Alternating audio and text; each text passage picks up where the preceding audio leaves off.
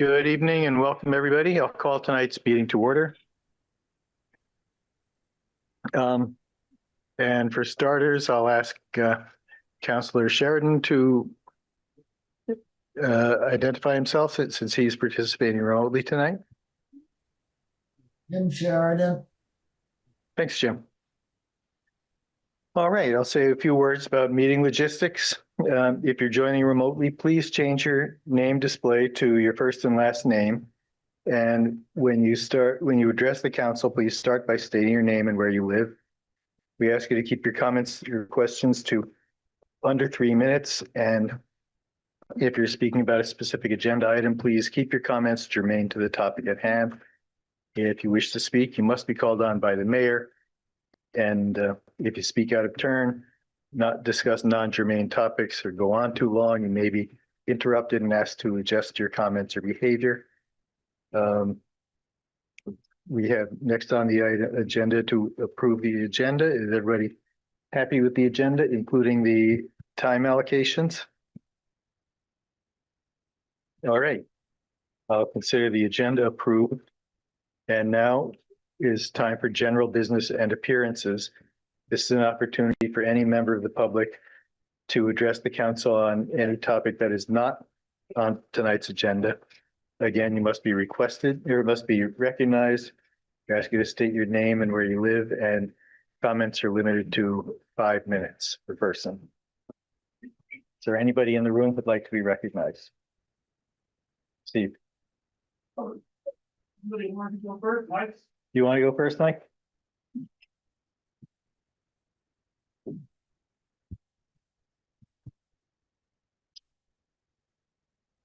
Good evening, Council. Good evening, Mr. Mayor. So I just want to take a few seconds. I'm Mike Miller. I'm the Planning Director for the city. And just to let the council know, if you've seen the weekly report, you've already seen that last week, it was a very badly kept secret.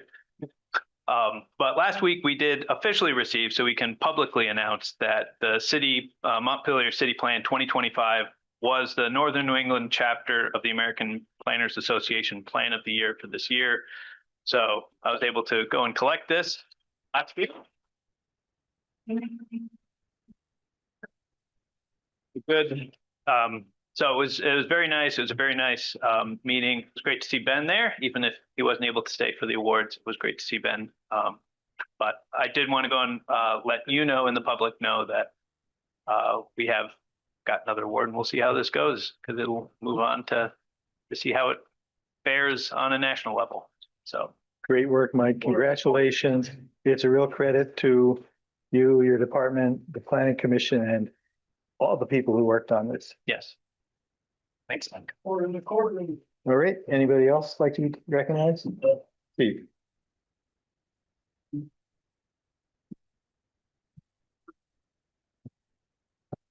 There's 2 more copies.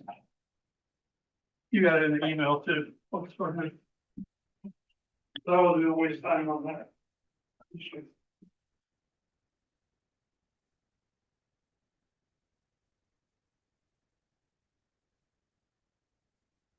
Okay, Steve Whitaker, Montpelier. Tonight I'm speaking about accountability, or more precisely, the lack of it in how the city manages the Country Club Road property. What's happening there should alarm every taxpayer, every parent, every government official in Montpelier. It's become a case study in how public safety, environmental integrity, and honest government collapse when no one's held accountable.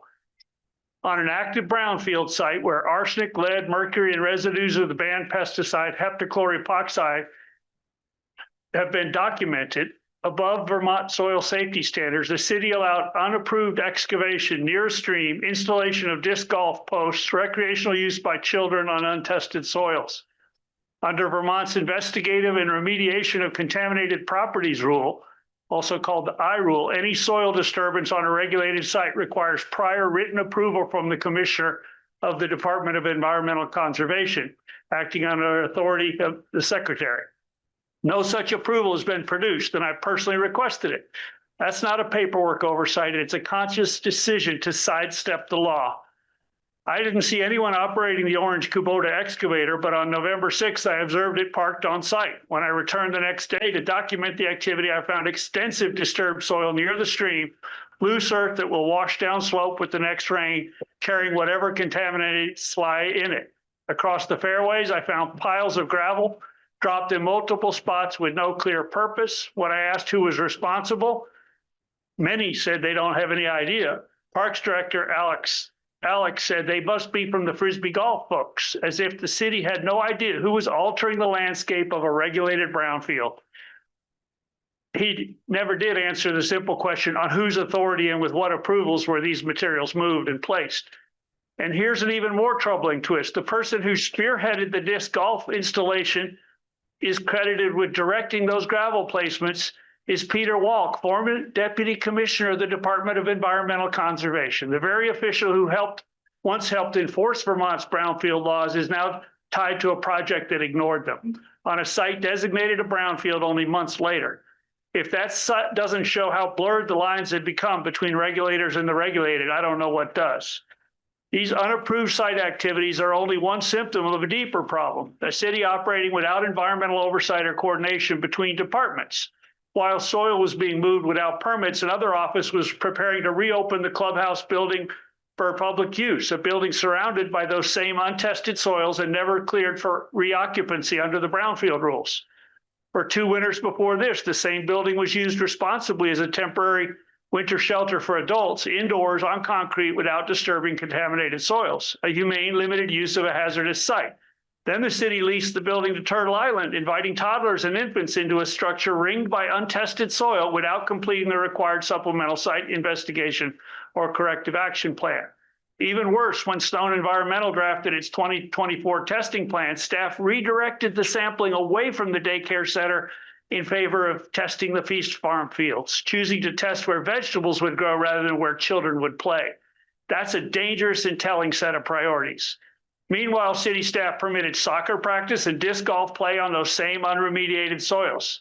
The EPA and the CDC both warn that normal outdoor play kicks up dust and soil particles that children can breathe or ingest.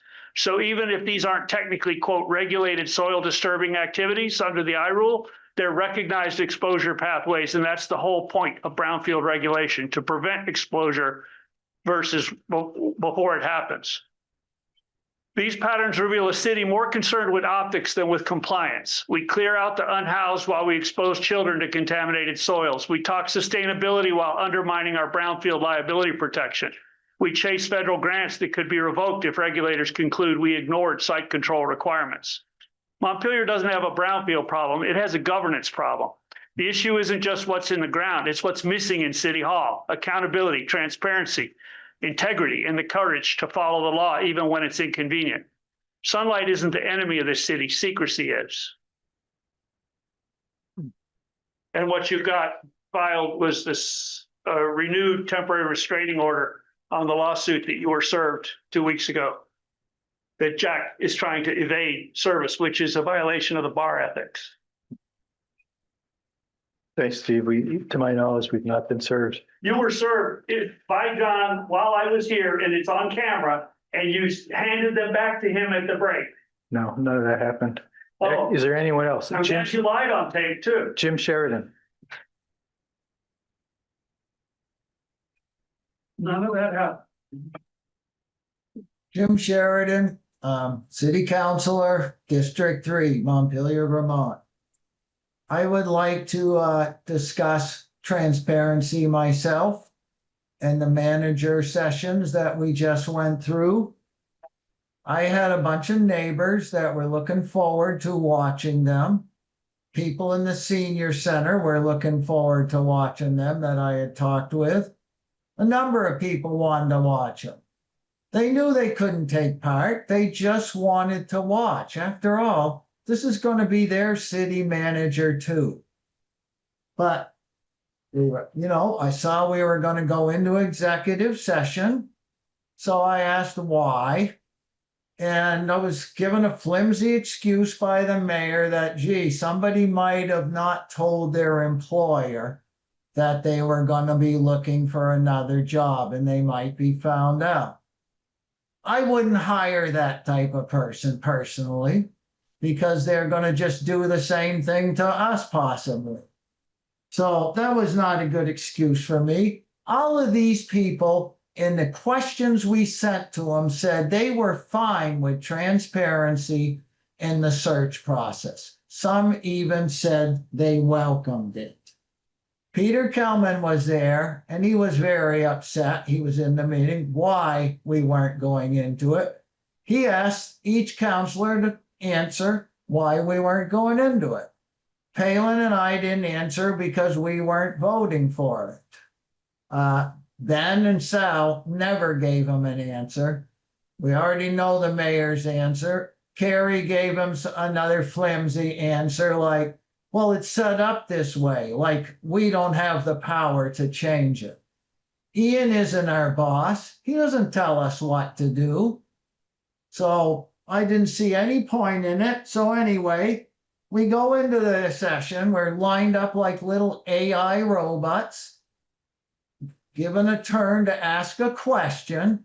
And it isn't, he can't even ask our question. I wanted to ask my own question, not some boilerplate question that was handed to me that the person already had read so he could figure out how he wanted to answer me or us. So I just decided to leave the sessions. I wasn't going to waste my time in them. There's so many ways to check people out. There's Google, there's online accounts, social media. They had sent in a bunch of answers to questions. There's resumes. You don't necessarily have to go into those things to do them. But, the city manager is our most public employee. They live in a fishbowl like we do. They ought to be, I'm sure if we would have asked them, hey, we're going to do this not in an executive session, I'm sure they would have said, yeah, I'm fine with that, because the people want to know. The problem is we aren't a government that is of, by, and for the people. And the people are our boss. So anyway, I just pulled out, didn't do it. So then I find out, one of the counselors told me that there's talk being wanting to blacklist me from continuing in this search because I did not attend those sessions. So I made myself a plan to deal with that because I know my rights as an elected city official. So I got ready to talk to a lawyer, and anybody that was going to vote to blacklist me, I was going to sue them. And I was going to sue the city because I know that I would have been right and won. And sure enough, I see the council hired a lawyer to find out, which was a really smart move, because if you would have gone ahead, I would have won, because the lawyer said you didn't have any right to do that. And so they probably spent a little money to save a lot of money from the lawsuit. I'm a politician of the people. I'm out among them more than any of you. I believe that they should be part of what we talk about and see. All they were going to hear was questions asked and answers, not too much to ask. So I'm going to tell you all, actions speak louder than words. Words are cheap. And I'm going to tell you, there are no cheaper words than are spoken in political politics. That's where you'll always find the cheapest words. Go to the bridge and look at what some of the counselors said after the executive session from White and Burke. Their comments are right in there. Oh, we should do better, or I agree it didn't look good, or something about the perception of transparency. It wasn't a perception of transparency. It was real transparency.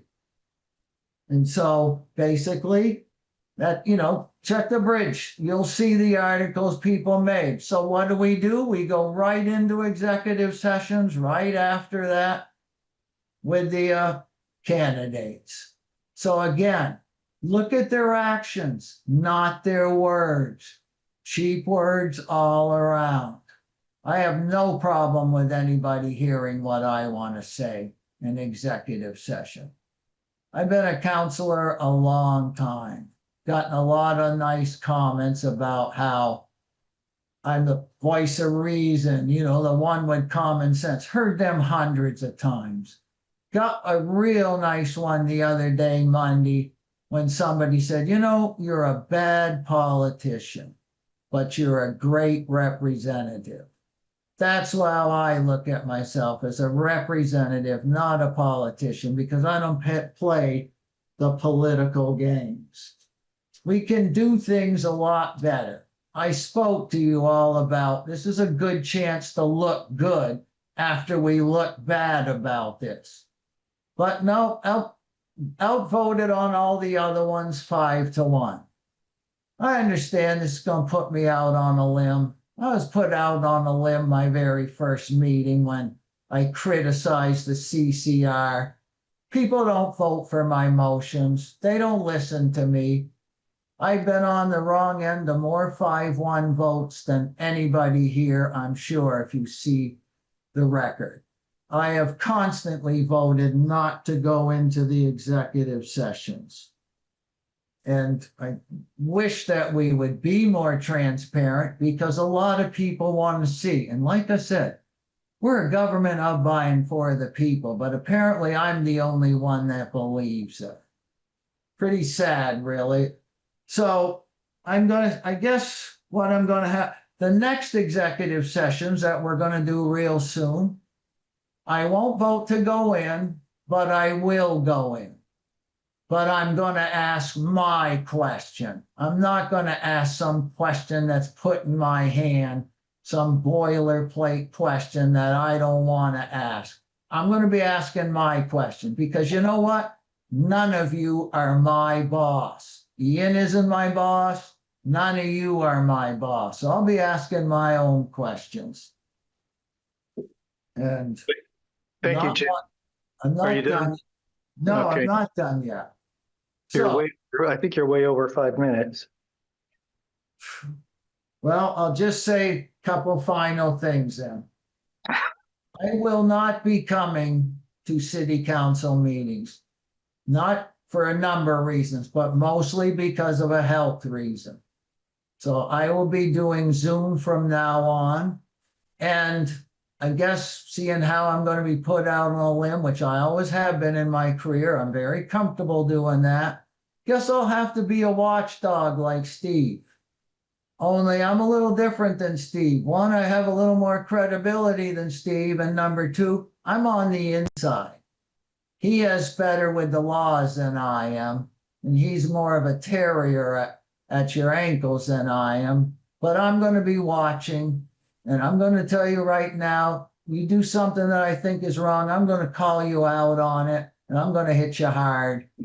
I'm not a person that backstabs like was being done to me about taking away my right to be in the interviews. I'll stab you in your face and you'll see me coming. That's all I got to say.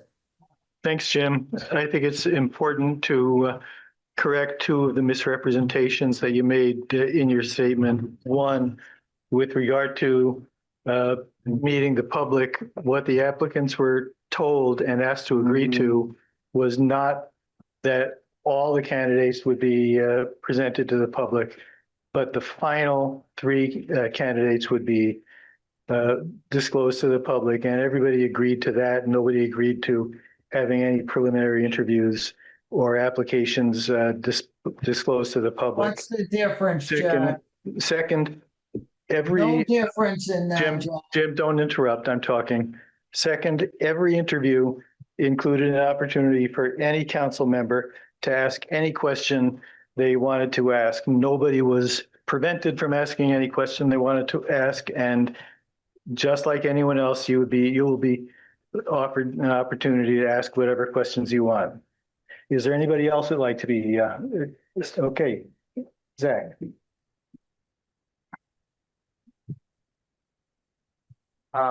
Zach Hughes. Montpelier.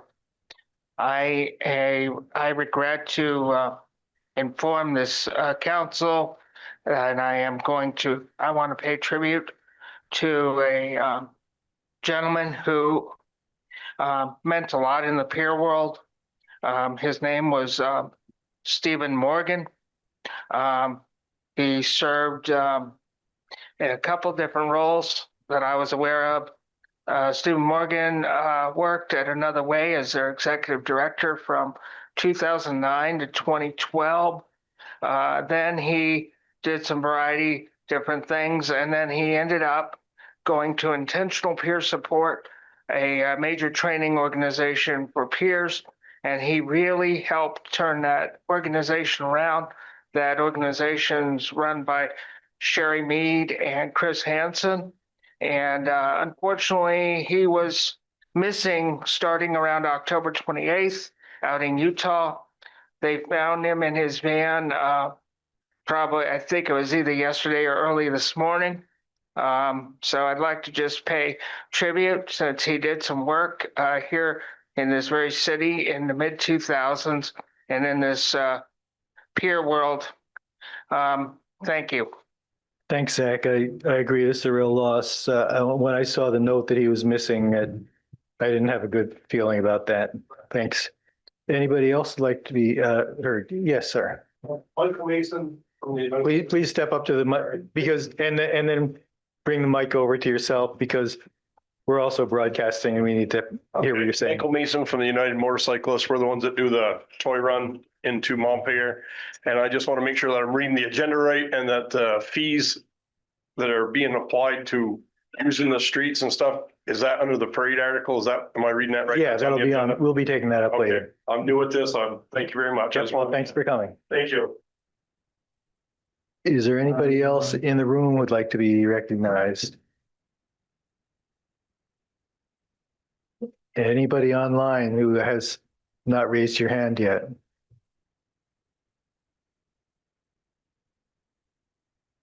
Okay, we can move to the next item, which is the consent agenda. The chair would entertain a motion to approve the consent agenda. We approve the consent agenda. Is there a second? Any discussion? All those in favor signify by saying aye. Aye. Any opposed? Okay, we can move on to item number 6, FEMA status. Great. So I'm going to take it from here. There are a few folks that are joining online, and so I just would like to maybe start this conversation off with a brief introduction.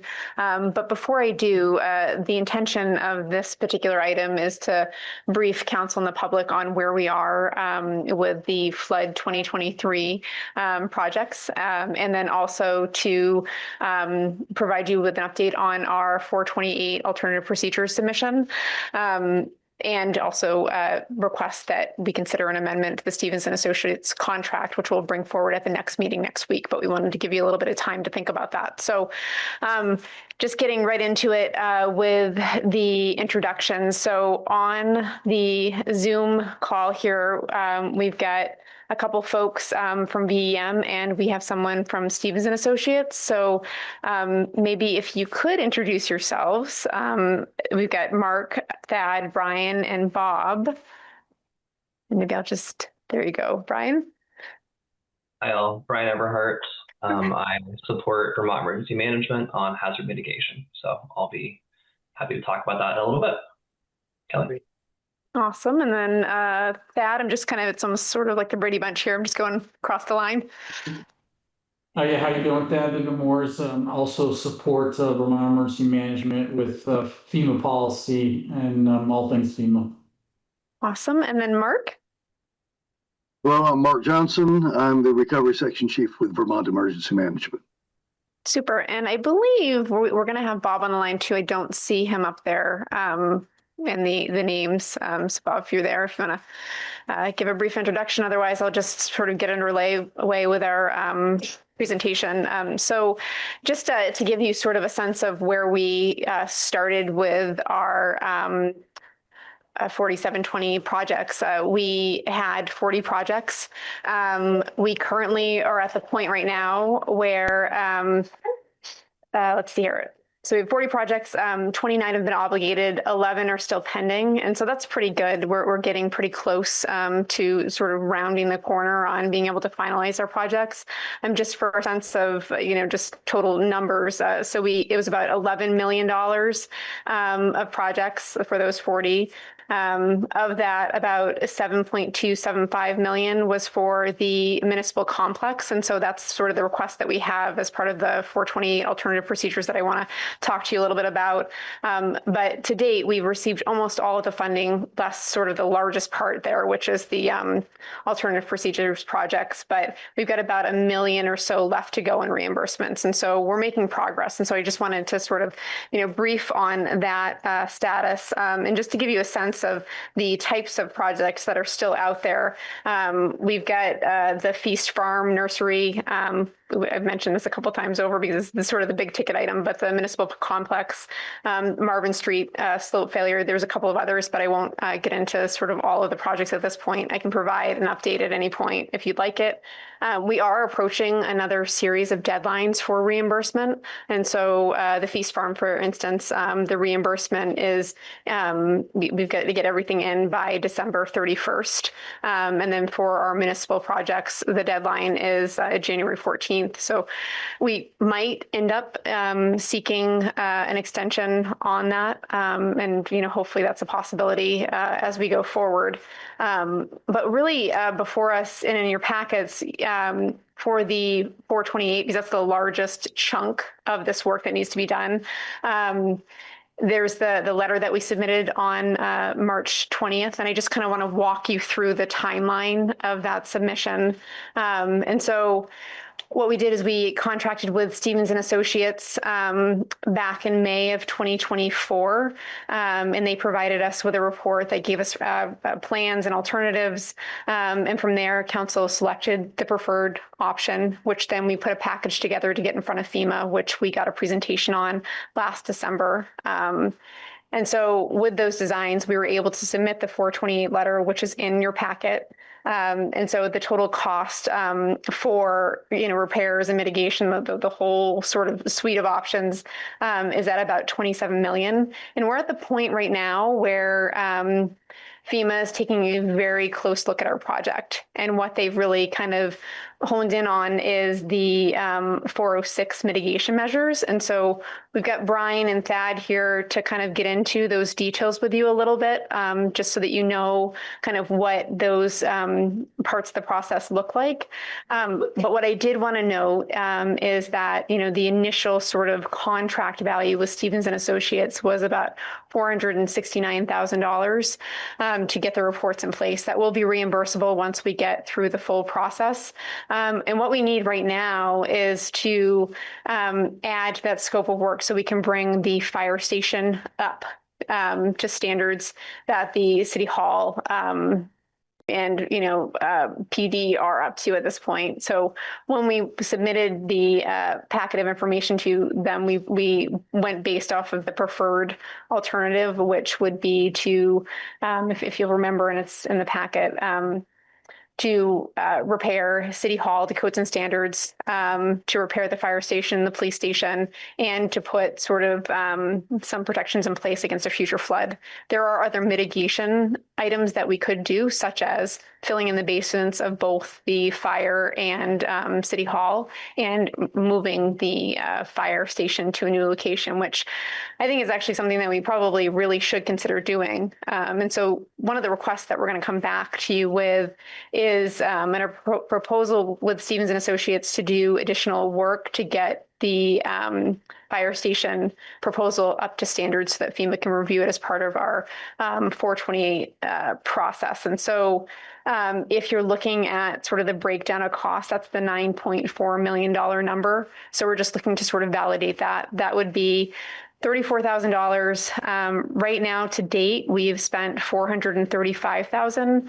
Adding this contract would bring us to about what the total value of the contracts have been. We just wanted to be clear and transparent about that. So I want to maybe just give Thad and Brian an opportunity to kind of talk about that process a little bit and sort of, what that might look like. And so I don't know who would like to go first, whether it's Thad or Brian. Maybe we want to talk a little bit about the 428 process and then talk about the specifics around mitigation.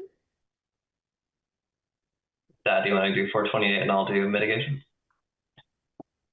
Sure. Yeah. So thanks, Brian. Thanks, Kelly. And thanks to the council. Appreciate you taking the time to let us come to your meeting tonight. And it's my second time, but I was here a couple years ago when we first got all this started in 2023 or 24. I can't even remember.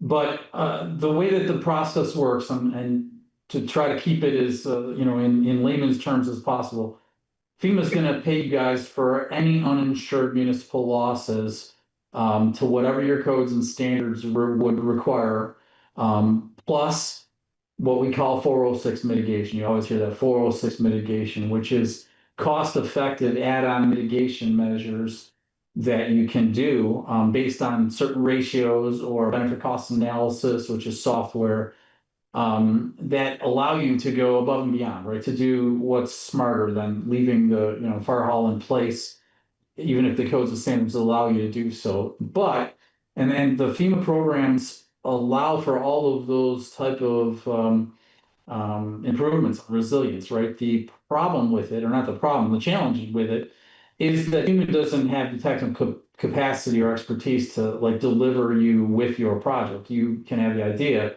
but they can't take it forth with you. You have to produce the data and the information to help get it to the next level.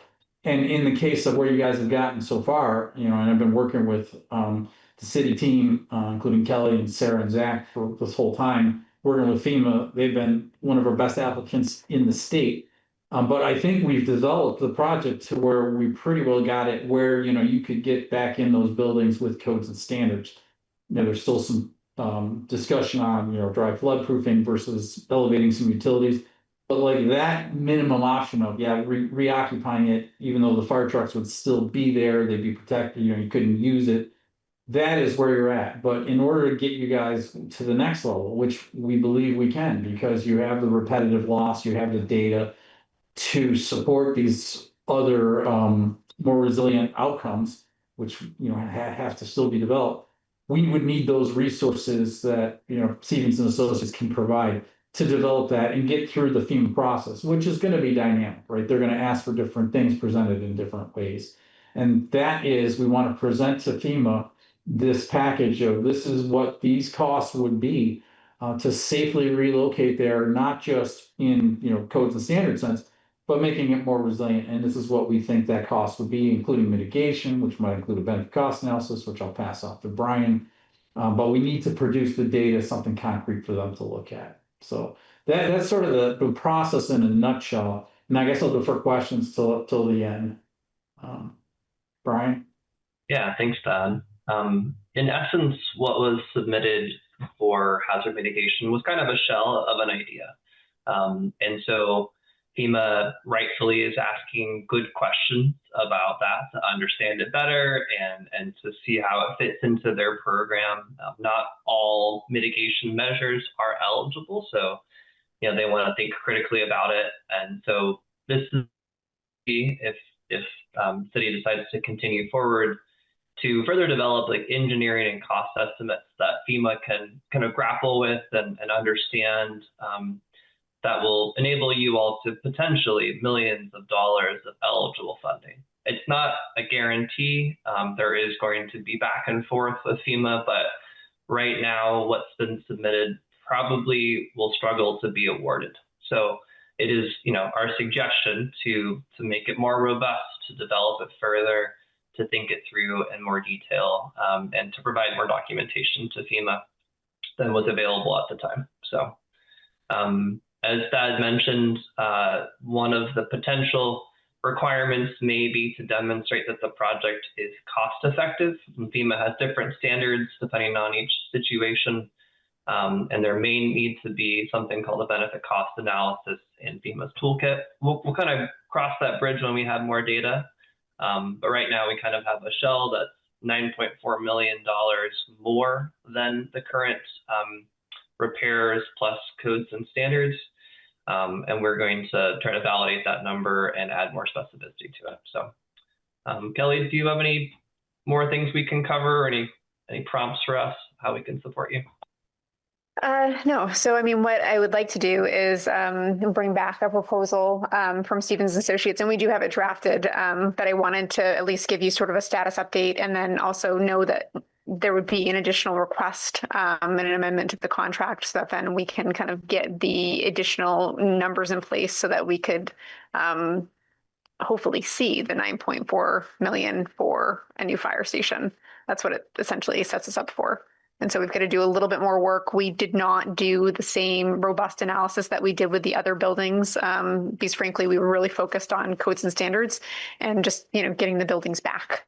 But I think the reality is that we also could and would benefit from having a new fire station that would be outside of the floodplain during these events. And so that's what this would set us up for.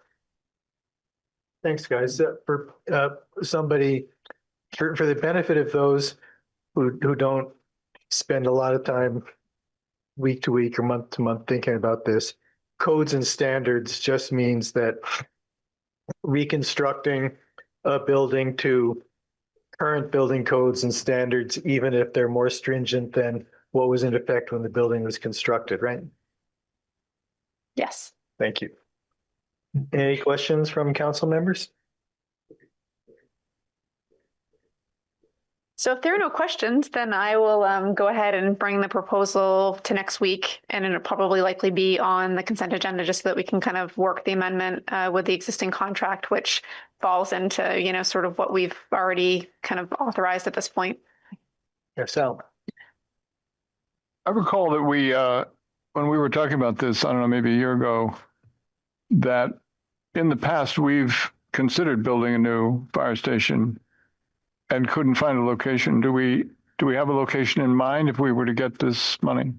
Yes. So, just so for review purposes, we have kind of structured this so it would be in the back City Hall lot because we own that lot and it's the central location downtown. We know that, if we probably would work on getting this funding first, but then we might look at site acquisition as part of this project as well. But once we, know what our 428 offer will be, then we can kind of determine whether or not we would need additional funds. But to answer your question more directly, yes, we have identified a location that the city currently owns that the fire station could go. But we probably would want a more robust review of alternative sites. Okay, good. Thank you. And just to add to that too, FEMA in this particular process sort of expects a bit of a theoretical situation that's eligible to be evaluated. And so developing it in more details to say, this is a place we could do it will help them to kind of be able to actually review it. Without knowing the site or whatever, it's hard to design. So it gives them something that they can kind of put their hat on. So.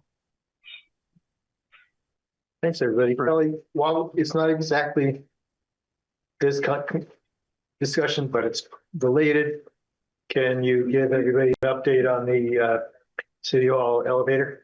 Sure, happy to. So a while back, we did sign a contract to get the elevator back in place. And so that is under development right now. We anticipate that we should be back up and running by the end of February. I know that's a long time, but elevators, especially the one that we have that is custom, it takes a while to get that going. So February is what we're hoping for, but I'll keep providing updates as we move along.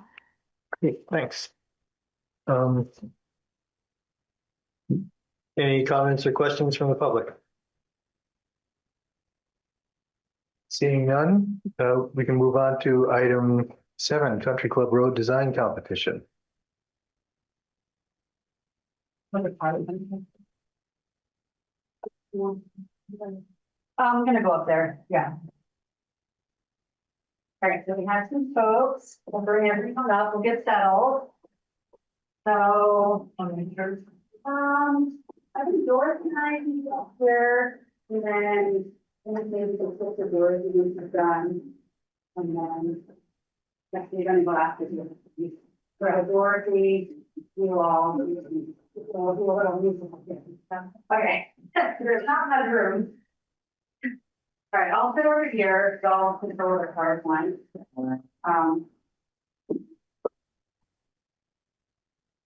So I did bring. I don't know if anyone, I printed handouts of the designs.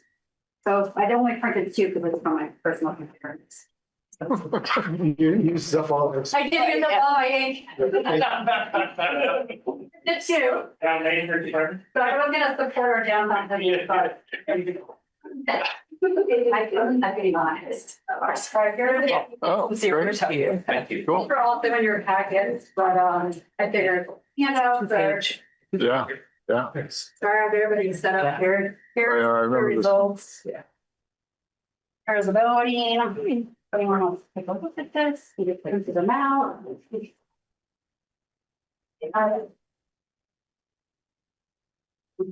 Well, this is really exciting.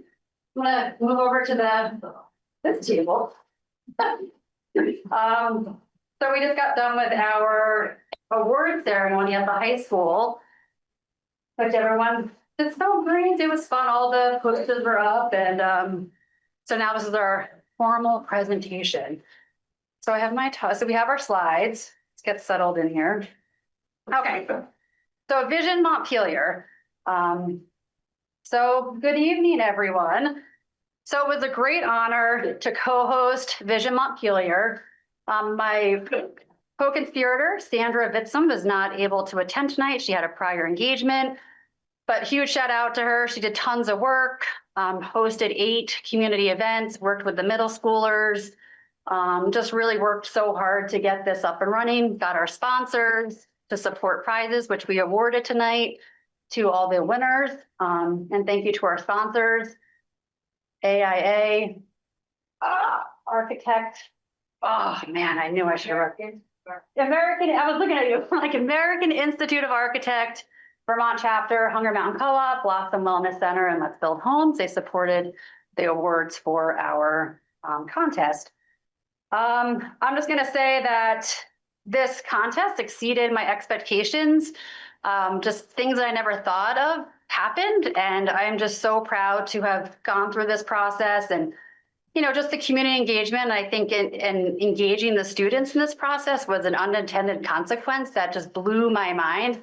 And you'll meet Dorothy here in a minute, who's a 5th grader that you'll be as wildly impressed by her as I am.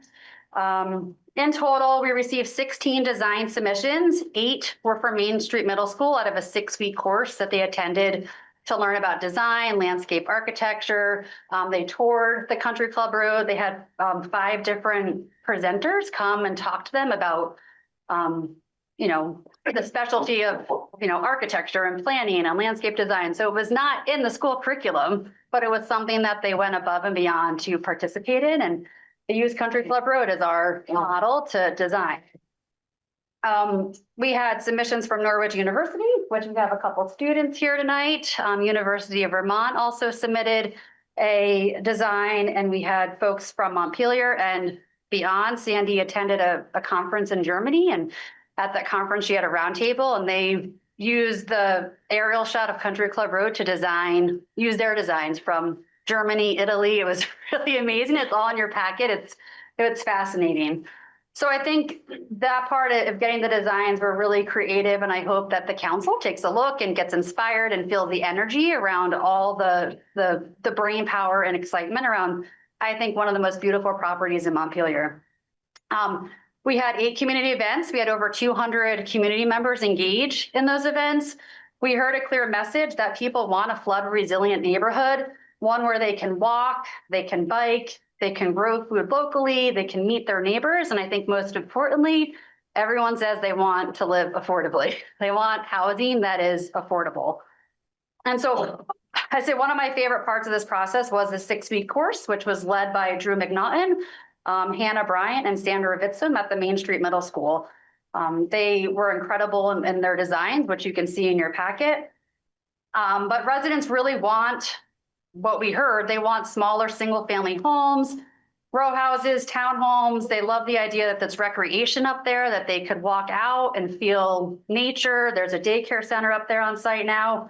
They really envisioned a vibrant, resilient neighborhood and one that could be the most desirable place to live in Montpelier. So there's hope, there's excitement, there's passion.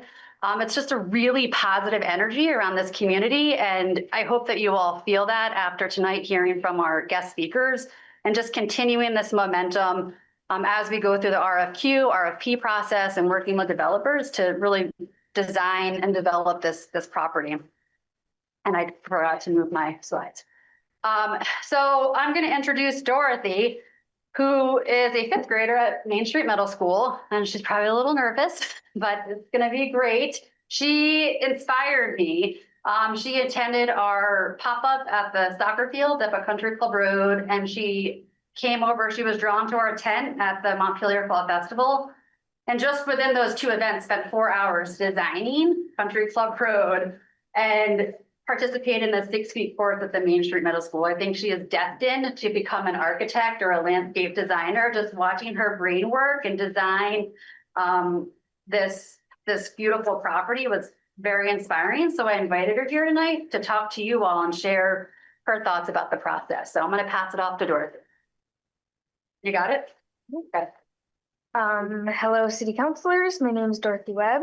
I live on East State Street and I participated in the Montpelier contest. Thank you for this opportunity to tell you about my experience. It was a wonderful experience for me as a 5th grader at Main Street Middle School. Dorothy, excuse me. Could you move the microphone closer to your mouth? Yeah. We all want to hear you. Thanks. We had a weekly after-school club for several weeks, led by Sandy Vitzium. I was one of the several participants who created designs for the Country Club Road property. My design included features for all generations. I had elements for young children, older children, and adults of all ages. I also thought about drivers and pedestrians. I am a military kid, and I've been inspired by the many places I've lived with my family around the United States and in Europe. My time overseas showed me the value of houses built close together to create a close community. And I've also noticed a lot of well-maintained, large lawns and gardens across Europe. I included these in my design. The biggest thing I learned is that it's one thing to have a vision, but the real challenge is to create a realistic plan.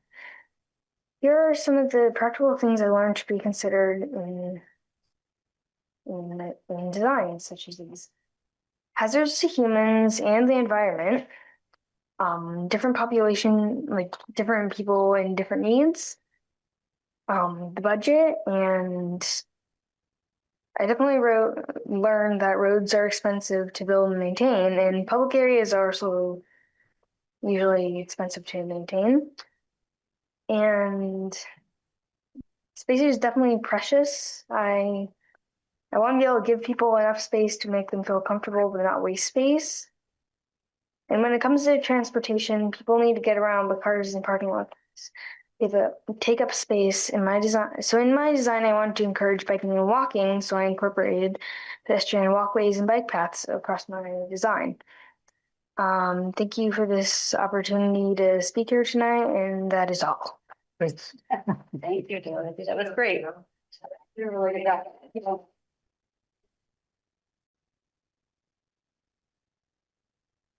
Okay, so next we will have our Norwich, Talia and her students. Do you want to come on up?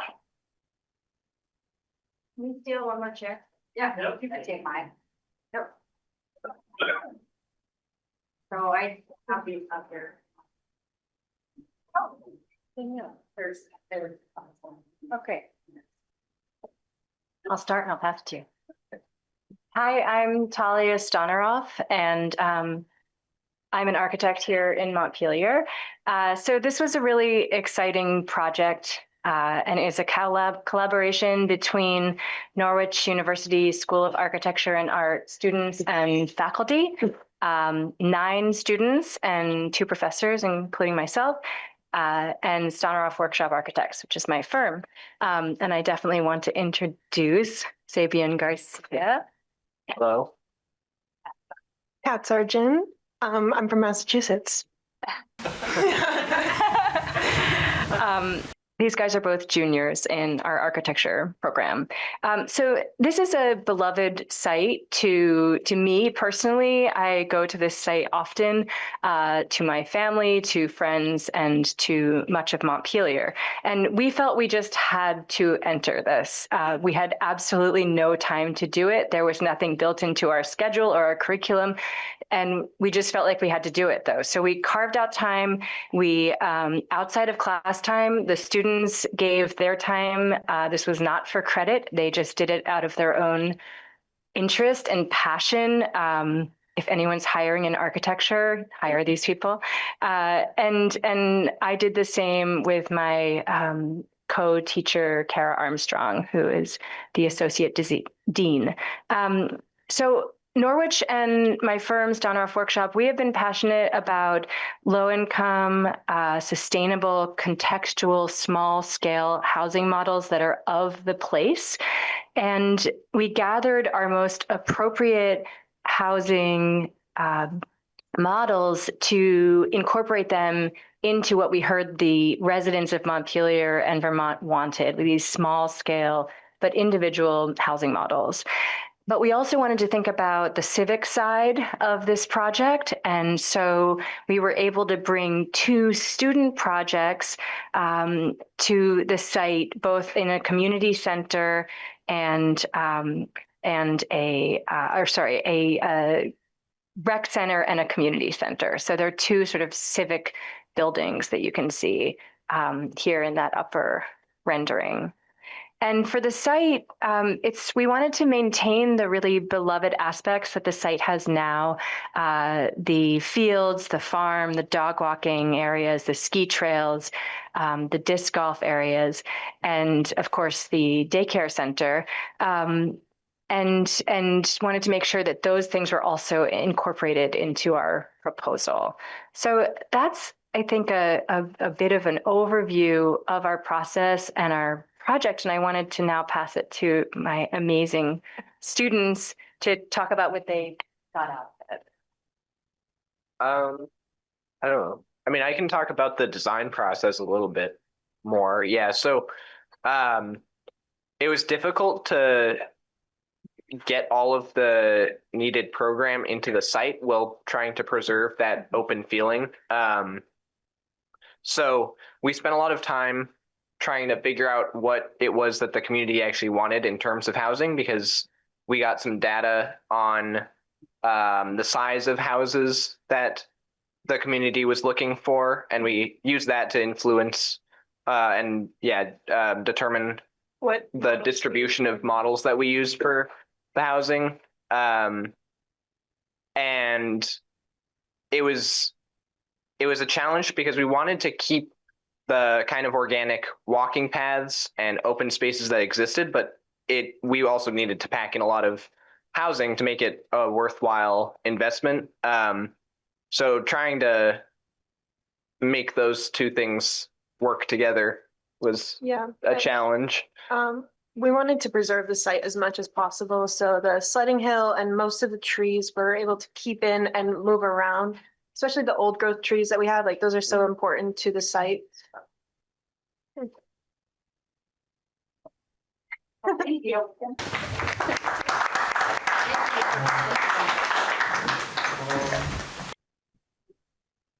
All right, so next up we have our community perspective, Hanif, who is also a part of the Complete Streets committee, and I will pass it off to you. I have these up here. So my entry is called, the title there is Connecting People and Place. So that's the overarching theme. But it does draw on this award-winning city plan and its 6-point vision and values statement. The first statement reads, long-term, stable, diverse community. So I'm going to ask you for a little time travel to a little story to see how that can be realized. So let's imagine that we're in 2030. So the story begins when I turned 30 and we considered moving from Portland, Maine. I had an interview for this interesting new job. It would mean moving to Montpelier, Vermont. I didn't know a thing about the place until the interview. My prospective employer told me that the city sees me as essential workforce. Wow. So they have this incentive where they give you affordable housing for up to a year. We get an apartment in this really cool development. It's a sort of new uptown. Their downtown is in a flood zone. So this uptown, it's totally climate resilient, you know, net zero, real lean logic, but with bells and whistles. There's shared amenities. You can choose your membership tier, just as if we were in Portland. We went for the gym and aquatics. I mean, they're right there. And rentals for all the rec equipment you need, like seasonally. There's shared mobility. So we signed up for car share. And hey, a bike share that's in Montpelier, Barrie, all over. What? Oh, yeah, about getting to work. That's my sweetheart just prompting me. So there's a shuttle bus that gets me into the downtown, close to my workplace. None of that scrape the ice off the windscreen, run the engine for 5, warm up the car. It's easy, convenient. After my workday, weather permitting, yeah, Vermont, right? I grab one of those e-bikes from the downtown hub just by my office. It's one of those cargo bikes. I speed down to the co-op for a shop. To get home, it's a breeze. I zip along the bike path up to those cool towers, the new gateway, and dock the bike at the station. That's a 5-minute ride. From there, oh yeah, thank you. Them's the towers. Lovely views. So it's a short walk home up the hill. Scenic views as you climb the hill through that patch of woods up into the upland village. That's their walkable neighborhood. Tiny homes, cute cottages, kids all about having their fun together. I mean, after school activities. So our apartment, it's right on top of the Uptown Transit Center. We love that we can use the roof terrace and even do some gardening up there. Super mellow views across the river to the mountains, miles off to the horizon. For a bit of buzz, social, we just walk up the boulevard. There's lots happening, actual nightlife.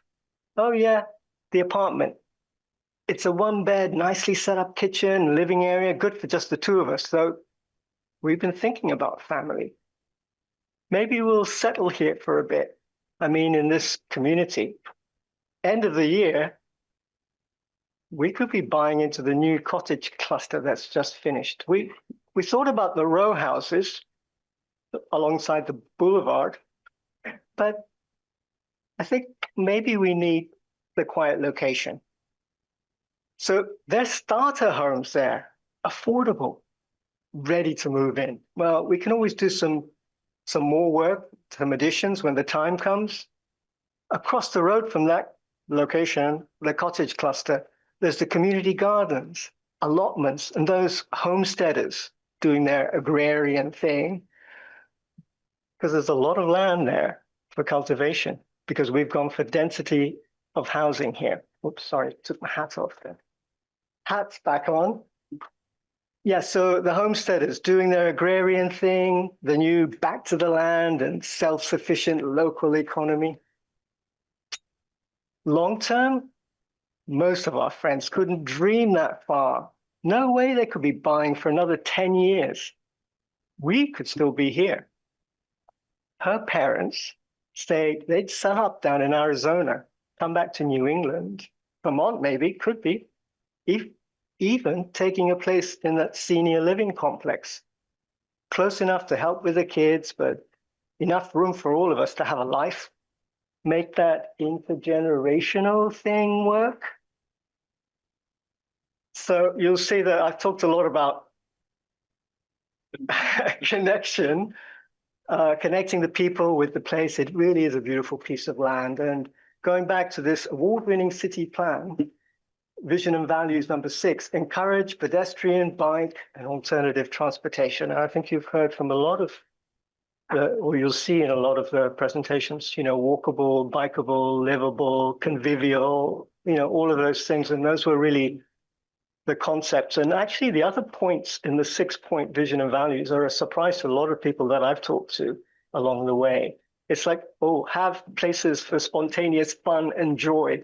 Did the city come up with that? That's great. Thank you for that. Thank you. That was wonderful. Oh, here's his pictures. Sorry, I should have sat here and scrolled through. There's his ideas. Okay.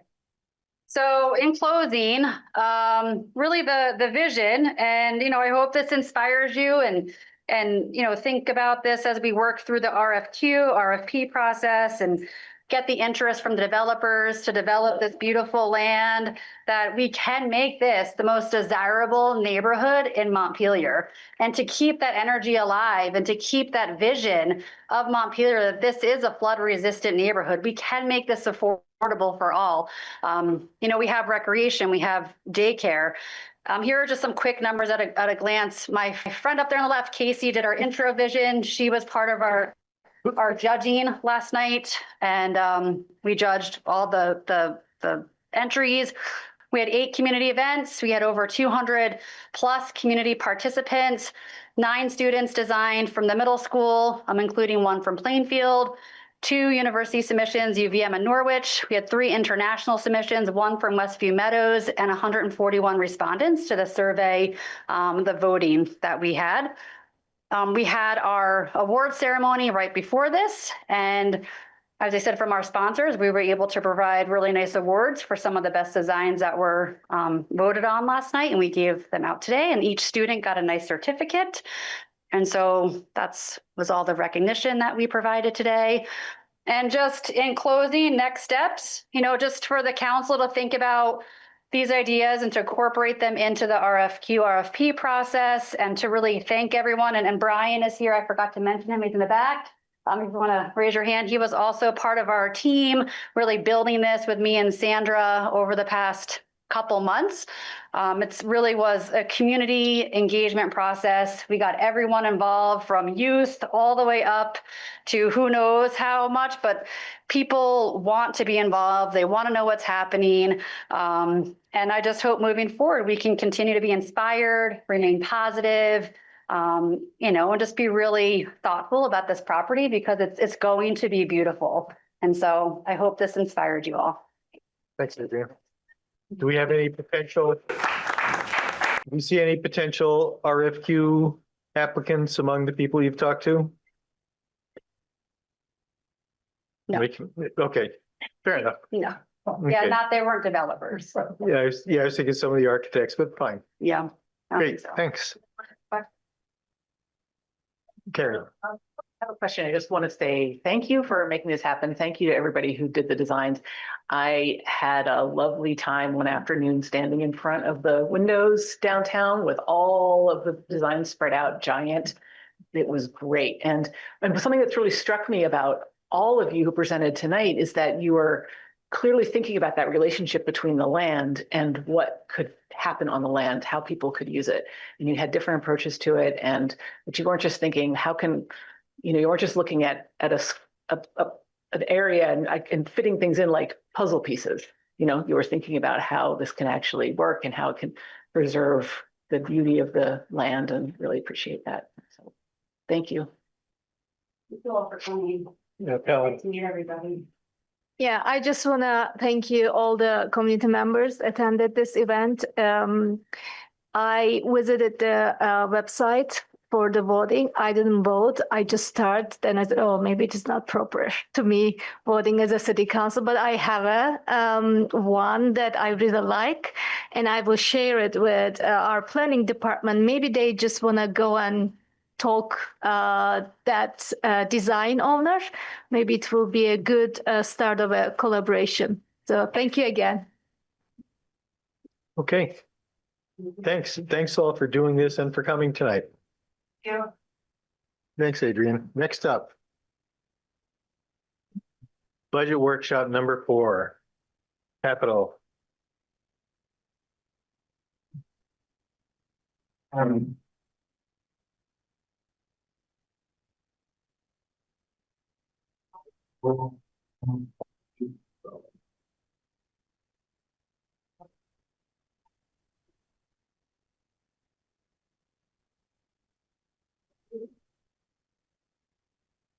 So while they're getting things prepped and started here, this is the 4th of our workshop series. And so next week, we'll be talking to you a little bit more about setting a target for the budget. And so we hope that these series have been helpful. And so for tonight, we're going to get into the capital plan, talk a little bit about our process and, what's in it. And so without further ado, Sarah's got her presentation and Zach is joining her. So take it away.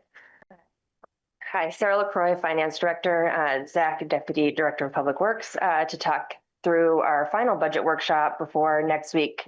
Kelly stole my thunder. We will be making some tough decisions. You all will be providing some guidance to us as we build the budget, which you'll see on my final slide when we get to that. But this isn't necessarily to talk about what is in the capital fund this year. We met with the committee earlier this evening to talk about that, and we will finalize that with the committee at our meeting next week.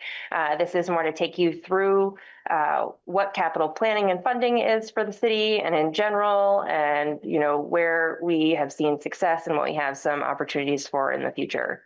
And so I'm just going to take you through some riveting capital planning overviews, our capital plan itself.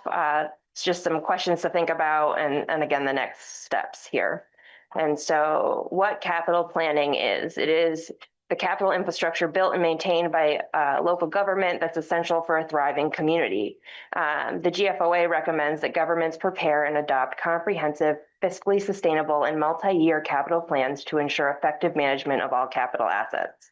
And a successful execution of a capital plan is often linked to the government's ability to finance the designated projects as a matter of intergenerational equity, and debt also plays a key role in funding capital projects for many governments, which you'll see here. We do a model that involves debt for large infrastructure and pay-as-you-go for smaller infrastructure or pieces of equipment.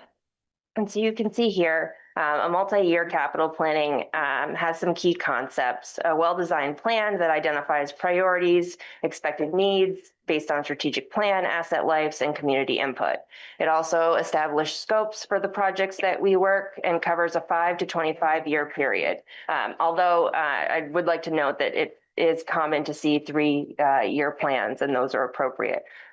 We have been working to rebuild our plan since COVID and the flood, where we had significant deferred assets and maintenance. And so last year we came to you with a 3-year plan. This year, after our meeting today, we will come back with a 5-year plan for the capital committee, and then that will be incorporated into the budget presentation given on December 10th. And so a capital plan is a roadmap that outlines the government's intentions for public facilities and infrastructure. Here we have a ton of infrastructure: roads and bridges, parks and recreation, many public buildings, other municipal assets, and then water and sewer. I won't go into water and sewer here as we spoke about those in the last workshop, and they're not funded as part of this plan. They're funded through their enterprise funds. So again, 4 main components of a sound multi-year capital plan include identifying needs, determining financial impacts, prioritizing capital requests, and developing a comprehensive financial plan. And so, we really have a good understanding of what our needs are and where we sit in the different life cycles of our different pieces of equipment and infrastructure and paving. And so, with some of the deferred issues we had related to funding, we are playing catch up. We are in a critical point where at times we are spending more on maintenance than we should have, because we should have traded that vehicle 2 years ago, but we didn't have the funding source available to do that. So I think that as a city, we're working to prioritize and get us caught back up so that we can do more preventative maintenance and less putting the fire out. That's, Derek's job, not mine. And so we just want to make sure we keep on the right track. And so here, another big part of capital planning is maintaining transparency and accountability. We want to make sure that our process here is open, which is why we have capital committee meetings and make these presentations to the public. We want to hear people's thoughts and ideas as we start to make decisions so that they can be informed.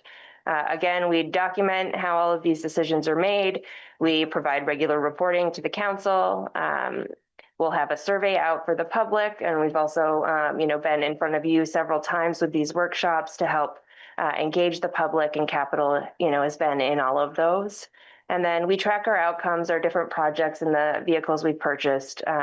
As we can give you an update on the lessons we learned. Was this the right truck? Maybe next time we buy a different model or outfitted differently. So there's a lot that goes into capital planning, and all departments are involved because our city is full of capital assets. And so really transparent, data-driven capital planning will help us build public trust, and it also supports responsible stewardship of community resources, funding, and assets. And so I think all of these are really important as we build our capital plan and move ahead as a city.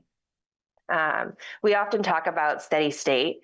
And steady state in municipal capital planning refers to the level of ongoing capital investment needed to maintain existing infrastructure and keep assets in good working condition without significantly improving or expanding them. And so we really are in a critical point where we've got to focus on what we have. We do need to look and grow, but we also need to focus on maintaining and improving what we have as we work to expand. And so you have to find a happy medium and what's important to you all and to the community. And so we've really focused on replacement, renewal, and routine maintenance as part of this capital plan as we work towards, paving steady state, which is a hot button topic. And so this is kind of a baseline for planning and budgeting, and we bring in new initiatives to supplement that while we focus on taking care of what we have today. And so our capital plan, I wanted to bring up a slide I shared at one of our CIP meetings, because one of the goals of the strategic plan is infrastructure, and the goals are listed here: paving, water lines, water quality, lots of water. So again, the water and sewer funds aren't here, but we've spoken about those already. But we asked the CIP some questions. How aggressive do we want to be with the growth of the capital funding? At the time, last year, we pitched that we would add $100,000 a year to paving. The question was, is that an adequate increase? Is a 70 pavement condition index the committee's goal? And then, we were looking for input to build out the 27 budget. And what we heard was that no, $100,000 a year in growth in paving is not adequate. And, we talked a lot about the pavement condition index and what outliers and what different pieces were important. And so we came back to the committee with an expanded scope to try to get us to that 1.2 million steady state for paving, which is really important. And so the one caveat as we prioritize paving is that we do need to maintain a citywide perspective. The city has a lot of assets, and if we focus solely on paving and defer the rest, we will get ourselves into a pickle, again. And so we want to make sure we take an approach that considers all things, even while prioritizing getting to steady state for one, because once we get to steady state for paving, then we would pick the next, whether it's building reserves or equipment needs. So we just want to make sure we're working towards steady state in all categories, even though paving is the top priority. And so in FY26, we did a lot. So I just wanted to talk about what we accomplished there. I think that's really important. And so for pavings, you can see we did about $1 million worth of paving because we received some grant funding for Town Hill. And you can see here the number of miles we did in 26 related to each of those things, as well as the different pieces of equipment and facility maintenance and other investments we had in the 26 budget. As we continue to work through the year, we'll see more of the vehicles come in. The roofs should be repaired, I think, soon. And so we've got a lot of stuff moving, but the primary portion of that budget, which is the paving, takes place right at the beginning of the year. So you can see here, we were able to get a lot done with the $725,000 that we budgeted plus grant funding, which I think is incredibly important. and you can see the streets are paved and the streets look better. And so I think that's helpful for the community too, is to see the progress. And so we've got some steady state estimates. These are present day estimates for steady state. They don't include debt. They don't include some of the items that are difficult to provide a steady state value for as they change year over year, though that is something we would like to work into the budget, is for those items that change year over year. One year, you know, it might be something, and the next it'll be something else, but at least there's a placeholder to keep that funding there and to keep growth moving. And so again, you know, we will need to keep revisiting steady state estimates, but until we get to them, you know, we've just got to keep working. And then at some point we will need to reevaluate for inflationary pressures, but we've got to get to those goals first. Thank you. So our total roadway network is around 42 miles of road. That's made up of about 8 miles of our class 2s, 33 miles of our class 3 roads, and about a half mile of our class 4 roads. On average, you should expect to see anywhere between 12 and 20 years of life expectancy of a newly paved road. So if we say the average life of a road is 16 years and divide that by our total network, which is 42 miles, you should anticipate repaving between 2.1 and 3.5 miles annually. Like, that's a really simplistic target that when we're talking about the roads and what we're doing with the money that we have, that's the range that we should be in. If we're below that, then something is wrong and we need to maybe reconsider what we're doing. I am providing that to you all because I feel like it is an easier way to look at PCI and condition. It's an easy way to just have a quick fact check of, are we doing enough? So as we talked about for this year, we were looking at an $825,000 paving budget. What you'll see right here on the left is just a typical deterioration curve of a roadway. You'll see that it starts off slowly, and then over a 20-year lifespan, it really starts to deteriorate at a much quicker rate. This link, if you go to it, it has tons of information on all the different treatments. It gives you really good how-to videos, instructional. So if you want to know more, please go to that link because it is a wealth of knowledge. Thank you. The next one. As we've talked about in the past, you'll see that the initial curve is the green one, but every time you do a treatment, you get a little bit of an improvement from a roadway. There's a little dotted line right there in the middle that it might be a little bit hard to see on the screen.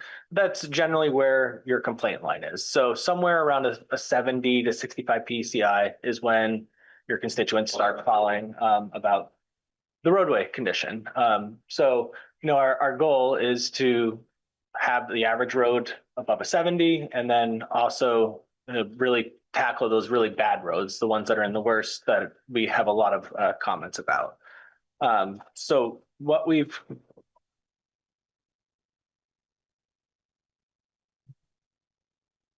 So in this plan that we're talking about, everything that we've done for right now is we have developed a paving plan for $825,000, which was what we said we were going to do last year. I think the committee has asked us what that would look like if we wanted to increase the funding up to our steady state level. So we have gone ahead and provided some alternatives, some ideas about how we would utilize those funds to go from 825 to the 1.2 million. So in FY27, that would be it's a $375,000 gap in order to get to that steady state value. As part of this plan that we are reviewing right now, the base plan includes $171,000 in sidewalks. So we've selected all of our streets that we wanted to do next year at that 825 marker. And then we went through and looked at all of the other components that were going to be needed in order to actually pave that road, right? So how much curbing needed to be done, how much sidewalk, how much of those things were going to be contracted out, how much were going to be done by DPW. So when we went through this year's list, it was about $170,000, $171 for DPW to contract out and do the GC, and then $240,000 to put that all onto the contract. So where we are right now is we have developed a budget and we have some other alternatives that we have proposed to utilize between 825 and to the 1.2 million.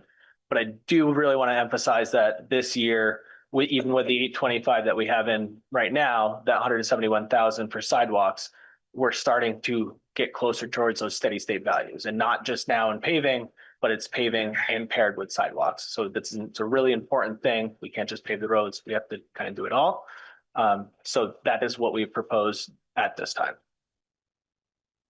And so with that, you can see, you know, the rough preliminary 5-year, the capital line will increase when we come back to you, or back to the committee and then back in front of council, because this does not include paving at 1.2, but will based on the committee's recommendation. And so right now we are assuming we will do the 2-cent increase, plus there will be an allocation from the sales tax.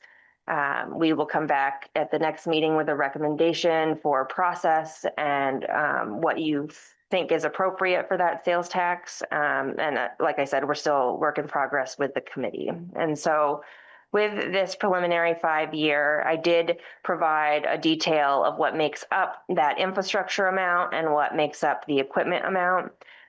This presentation will get posted on the Zen City page on the city's website. So anyone who wants to can access this workshop as well as the previous workshops.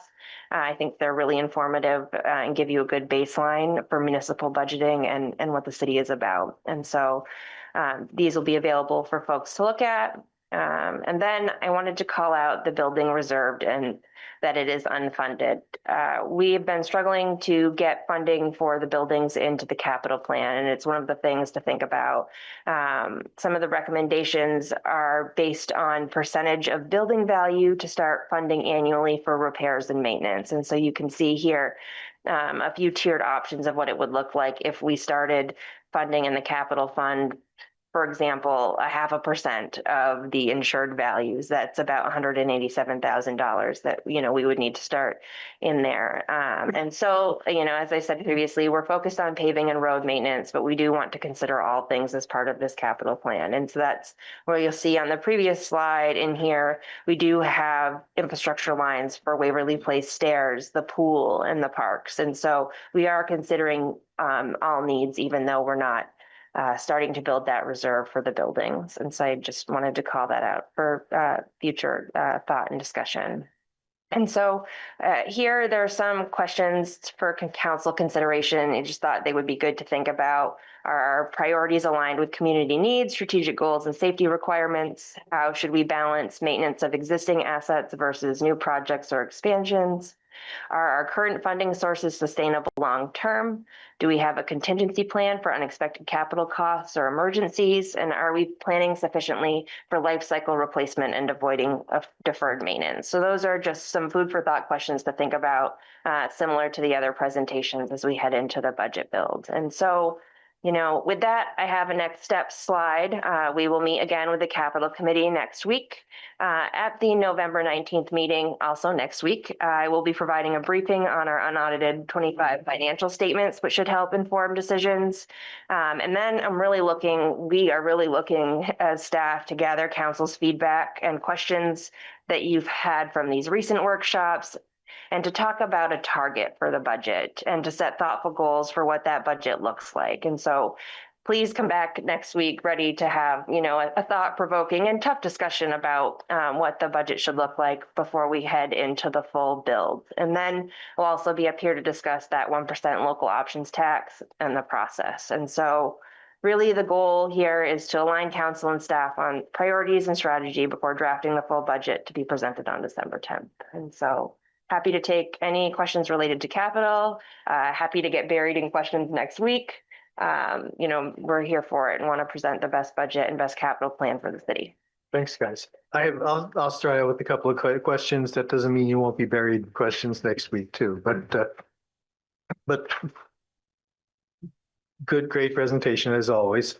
The 3 questions that have occurred to me right away was, you know, we're hearing from a lot of people, everybody on the council has gotten a lot of emails from people saying, we need to spend more money on paving. We should be up to the steady state figure of $1.2 million right now. And so the first question is, if we went up to 1.2 million, or if we did something else, I've been talking to people about maybe putting a separate voted article on the ballot for 500,000 or $1 million for paving. That would be a separate item, and we would only spend that if people come out and say, yes, tax me this extra amount to all to go to paving. The question is, if you had a whole lot of money in paving, is that something that DPW has the capacity to absorb and utilize? So yes, when we were looking at, for right now, I have 3 years of plans, 27, 28, 29. And what we did is we looked at scenarios to get to the 1.2 to close that gap. And so when we selected those streets, we were thoughtful in which ones we selected and how we would get them done. So one of the ones that we were considering would be Elm Street, the section between State Street and Spring Street.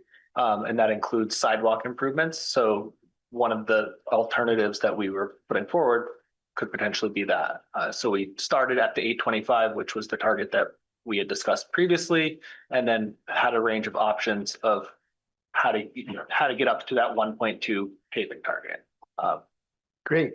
Next question is perfect segue. The next question is that I know that within DPW you have a long range plan of what streets get done when.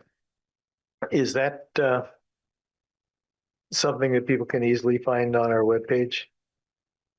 I will include that documentation with this workshop when I put it up on the budget. Great, because I think, people always talk about, well, my road is the worst and it should get paved or whatever. I think people should know what we're doing and why we're doing it. And I know there's a whole rationale for how things line up in the sequence. Yeah, I'll make sure they all get up on that page. We discussed them at the capital committee meeting, and I think, they're a nice value add to see, that we are planning out into the future and we know what's ahead. We just have to be able to fund it. The third question is probably more for you than Zach, Sarah. When we do a bond, well, you know the answers to all of them, so it's fine. When we do a bond, is the debt service for the bond, does that come within the capital part of the budget?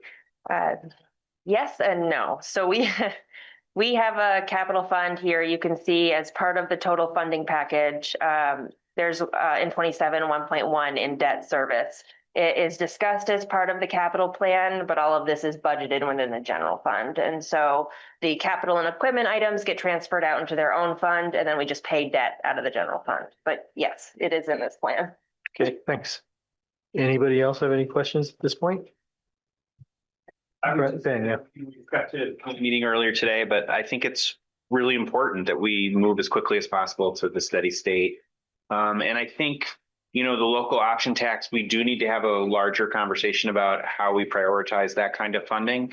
But I will say, I just think it makes a lot of sense logically to look at that revenue stream as a way to accelerate getting to the steady state funding, because that comes from people coming to our town, purchasing things here, using our roads, but really not contributing. This is the way that they contribute to the maintenance of our city. And so I think it's an appropriate revenue stream that doesn't directly impact people's property tax. And, I think there's also too, frankly, similar to some of the water issues that we've dealt with, that there's the unseen costs that are borne by the taxpayers, but that aren't through the tax bill, right? Through the tires or and so I just think that it just makes a lot of sense for a variety of reasons to really focus on this steady state and getting there as quickly as possible. And I really appreciate the responsiveness of staff to think creatively about how do we get there and to run the different scenarios that allows us to consider, the different options.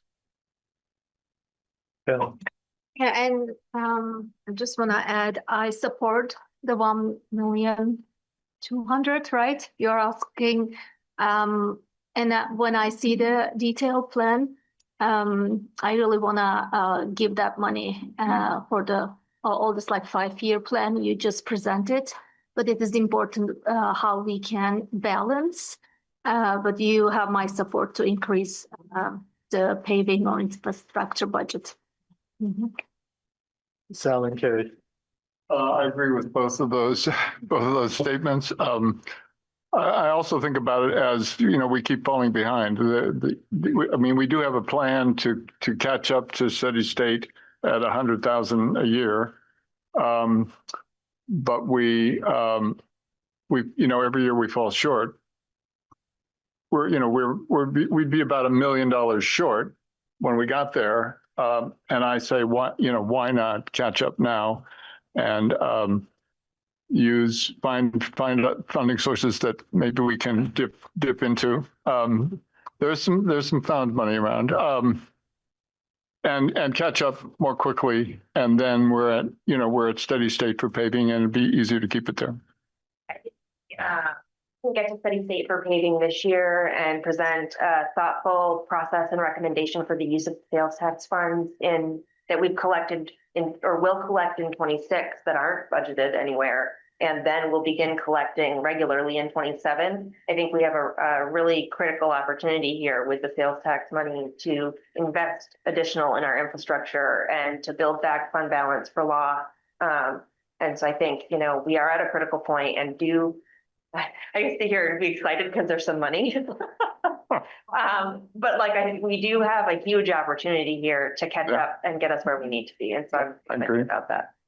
So for context, this year, $1 million got us 3 miles of roads repaved, not crack sealing or fog sealing, but repaving. $1 million is 3 miles, which is above that target that we're going. Yeah. Carrie. Yeah, we discussed this at the capital improvement plan meeting, and I'm very much in favor also of getting us caught up. This is one of those areas where we have a good long-term plan. If we just stick to it, we'll be in good shape. But it's been very hard to stick to it because we just are always feeling like we don't have enough money. And it's always pained me a little bit that we have to sacrifice that advancement and that sticking to the plan. So I'm very in favor of that. I think Ben makes a great point about the use of the local options tax, that it's people who are coming into the city who it's a way for them to contribute. It's also a way for them to benefit as they're driving on our streets. They're in better shape. And I do remember that we initially, when we talked about the local options tax, infrastructure was one of the priorities that we talked about as wanting to make sure happen. I know we need to have the final conversation about how we're going to spend that, but that has been in the spirit of that has been in here all along. So. Yeah, I think you'll see that when we come back with the recommendation and process too, is that we really believe that we should be advancing infrastructure. Yeah. All right. Any questions or comments from the public before we move on? Steve. Mr. Mayor, are you hearing me?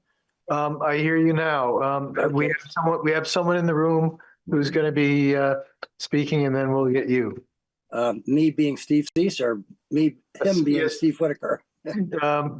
Steve Cease, you're going after Steve Whitaker. Okay, thank you. Yeah, Steve Whitaker, I don't know why this council, I would characterize it as dysfunctional, can't get their head around. You've been made aware that a capital budget and program in statute is to be prepared by the Planning Commission. And the Planning Commission needs a lot of work with their public engagement, but it's even worse to have this rogue committee of insiders with no ambition or effort to get the public involved, putting together a capital plan. The capital budget is section capital budget and program. The duties of the Planning Commission refer to section 4440. In section 4440 and 4430 capital budget and program shall list and describe capital projects to be undertaken during the coming fiscal year, the estimated cost of those projects and proposed methods of financing. Capital program is a 5-year version of the same thing, with every project estimated and in priority order as well as the sources of funds. And what we do is we break it up and we say, oh, we'll just keep incurring massive contract expenses for streetlights, but we won't put streetlights into our capital budget. But capital budget and program includes sidewalks and storm drains and water treatment and wastewater treatment and bus stops and municipal buildings.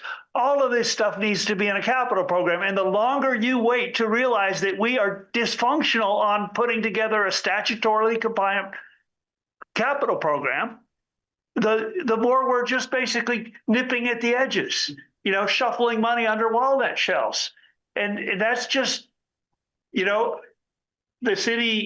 acting city manager said, oh, we'll do this compliant, statutory.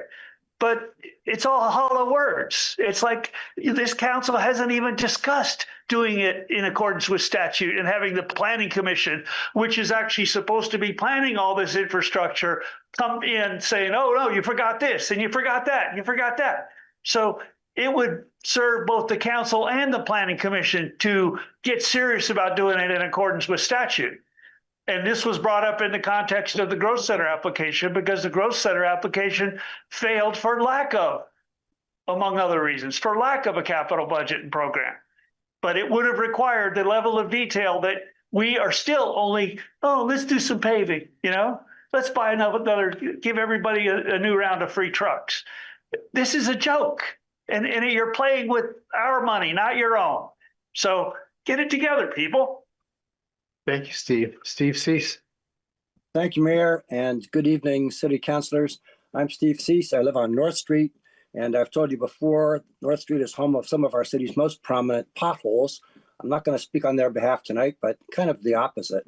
But getting to be a little more serious, I sat in on the committee meeting earlier this evening, and I was happy to see there, and I'm happy to see now that there seems to be broad support for jumping to the 1.2 steady state. I certainly support that, and I'm happy to see that it seems that a number of you councilors support it as well. I wanted to make at least one comment about North Street at that meeting, which was very instructive, and I thank Zach and the other presenters for everything they said. It sounded like there may be ways to accelerate some relief for North Street, which I think is probably about the worst street in the city. And I would like to follow up on that. I think probably with Zach and Public Works, and I'll ask a little guidance of you, Mayor. Will we be turning to the subject of more specifically of streets in future capital budget discussions? I expect so. We actually did have a presentation on the street plan a couple of meetings ago, but yeah, and I would say that if you want to have a specific meeting with Zach or Zach and Kurt or anyone, call them up and ask for a meeting. Great. Just in general, for the council's purposes, I would like to advocate for accelerating North Street's at least resurfacing, if not its ultimate repair in the near future. We've been up here for a long time at the end of a very rough, horrible street, and I really think that it's time to address the problem. It may be that there's a short-term solution, which I'd like to follow up with Zach, but I want to plant the idea in your heads that it might be time to move North Street up on the priority of overall repair and resurfacing. And with that thought, I'll leave you to your work. Thanks. Thanks, Steve. Elena Gustafsson. Hello, thank you, Jack. My name is Elena Gustafsson. I live on Westwood Drive. I'm also a business owner in downtown Montpelier. Sarah, I just want you to know I really appreciate seeing your budget presentations as somebody who really appreciates numbers and clarity. Thank you very much. I also want to say that I appreciate that you sent out an update to the Montpelier Business Association. It came out today that we all, or maybe that was yesterday, asking for our input. I will take this opportunity to just remind the council that it is our downtown businesses, our businesses in Montpelier that collect on that 1% local options tax. Not only do we collect it, but we also pay fees for collecting that, anywhere between 2 to 3% in order to do that every time somebody uses a card rather than paying with cash. which is in my establishment about 80 to 85% of my customers. So I would encourage the council to just keep in mind that beyond investing, I'm all about having better roads and better pavement. I think that's very important, but to not lose sight of the fact that your downtown businesses can and will generate income and revenue for the city the more that you invest into downtown with things like working streetlights, public restrooms, possibly even a visitor center. So to not lose sight of the fact that that LOT, because when we're talking about tapping into the sales tax, which is currently 6%, of which 1%, I believe, goes back to the city, and tapping into the LOT, which is a type of sales tax, you're talking about 2%. So you've just doubled the taxes, essentially, that the city is now getting. Is that correct? Am I understanding that right? With the LOT?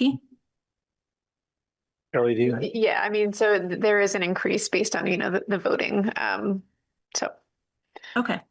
So just for all of you to keep in mind that by investing back into our downtown that continues to attract visitors, you will also be investing in the future of that LOT fund or that sales tax fund. So the more we can bring people down and keep them into town to continue to make those sales, the more money in the city's pocket. Thanks, Elena. I think we're getting the answer to your question. Yeah, so not quite. There's a 6% sales tax, and there's an additional 1% on top of that comes to the city. So it isn't quite doubling, but it is a great revenue generator for the city. And as part of the recommendation and process will come back, I assure you there will be a portion related to the downtown, and we'll be looking for business input. So I appreciate the feedback. Thank you. Thanks, Sarah. Sure. Can you remind us to what percentage of the 1% local option tax the state takes off the top? I don't want to say concretely. I believe it's 30% that the state takes, and then there's a fee. And so our first local options tax payment hasn't physically been received yet, but we did receive the remittance, and it was sizable. So I think, it's a good revenue generator for the city. And the league, I know that the league has been talking about trying to, the fund that state share goes into is overfilled. It exceeds the needs. And so there's been a push by the League of Cities and Towns to cut that from 30% to 25%, which would be good for us, obviously. Yeah, happy to support that effort. Yeah, just while we're on that, what I would love to see is actually communities that have experienced a federally declared natural disaster be able to retain 100% of it for, at least 5 years, and I think that's entirely doable, that the state should do that. I agree. Well, that's when the legislators come in. We'll talk to them about that. All right. Are we good? All right, Peter.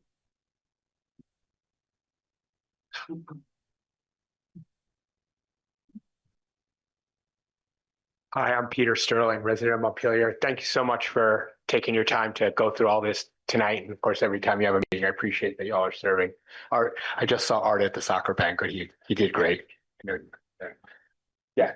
I just want to thank you for taking seriously the need to get our roads serviceable as soon as possible. 2 years ago, I hit a big pothole. It was a foggy night, blew a tire, it was $400 to get a set repaired. I'm lucky enough that I had $400 to get it fixed. I can think of probably a lot of people who don't have an extra $400 and probably can't get to work because they just blew a tire.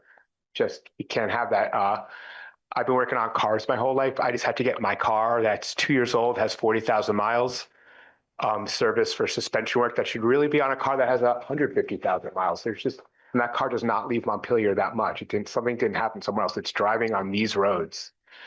You're externalizing the cost to a lot of people by not investing in the road. So I know you're taking that seriously.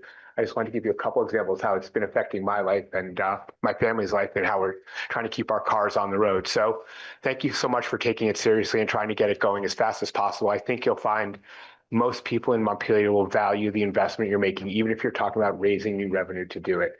Most people will appreciate that we're going to have roads that are easier to drive on. Thank you. Thanks, Peter. At least you weren't asking us to do something hard like make your road less steep. Oh, no, that I chose that road. I made the choice to live on, but it's nice. I'm on Ewing Street. We watch all the people walk up and down to get exercise. It's super fun. Thanks, Peter.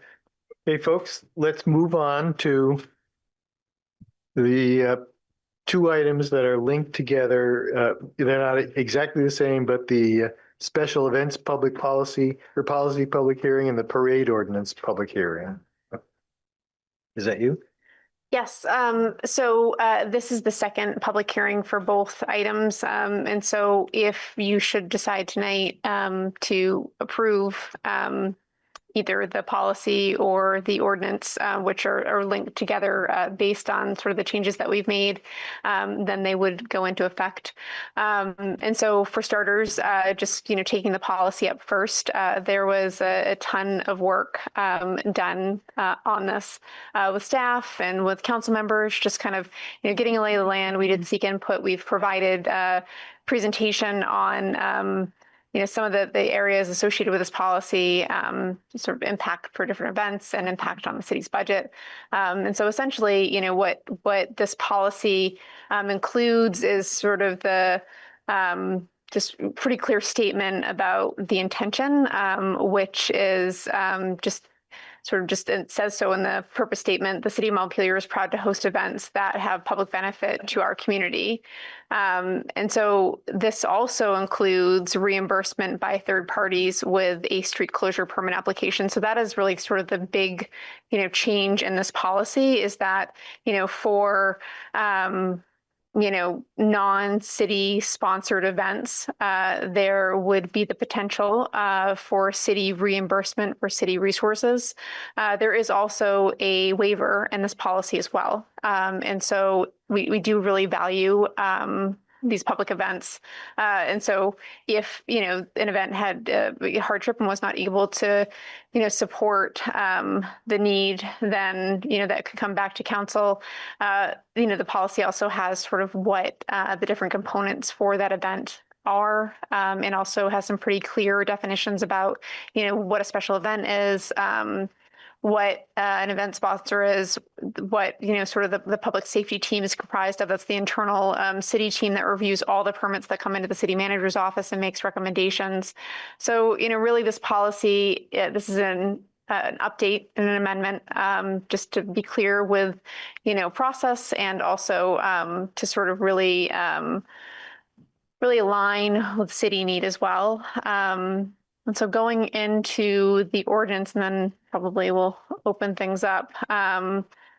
We have made changes to the ordinance to reflect what is in the policy. The policy is separate from the ordinance and can be changed at any time, but the ordinance itself is the sort of legal aspect of it.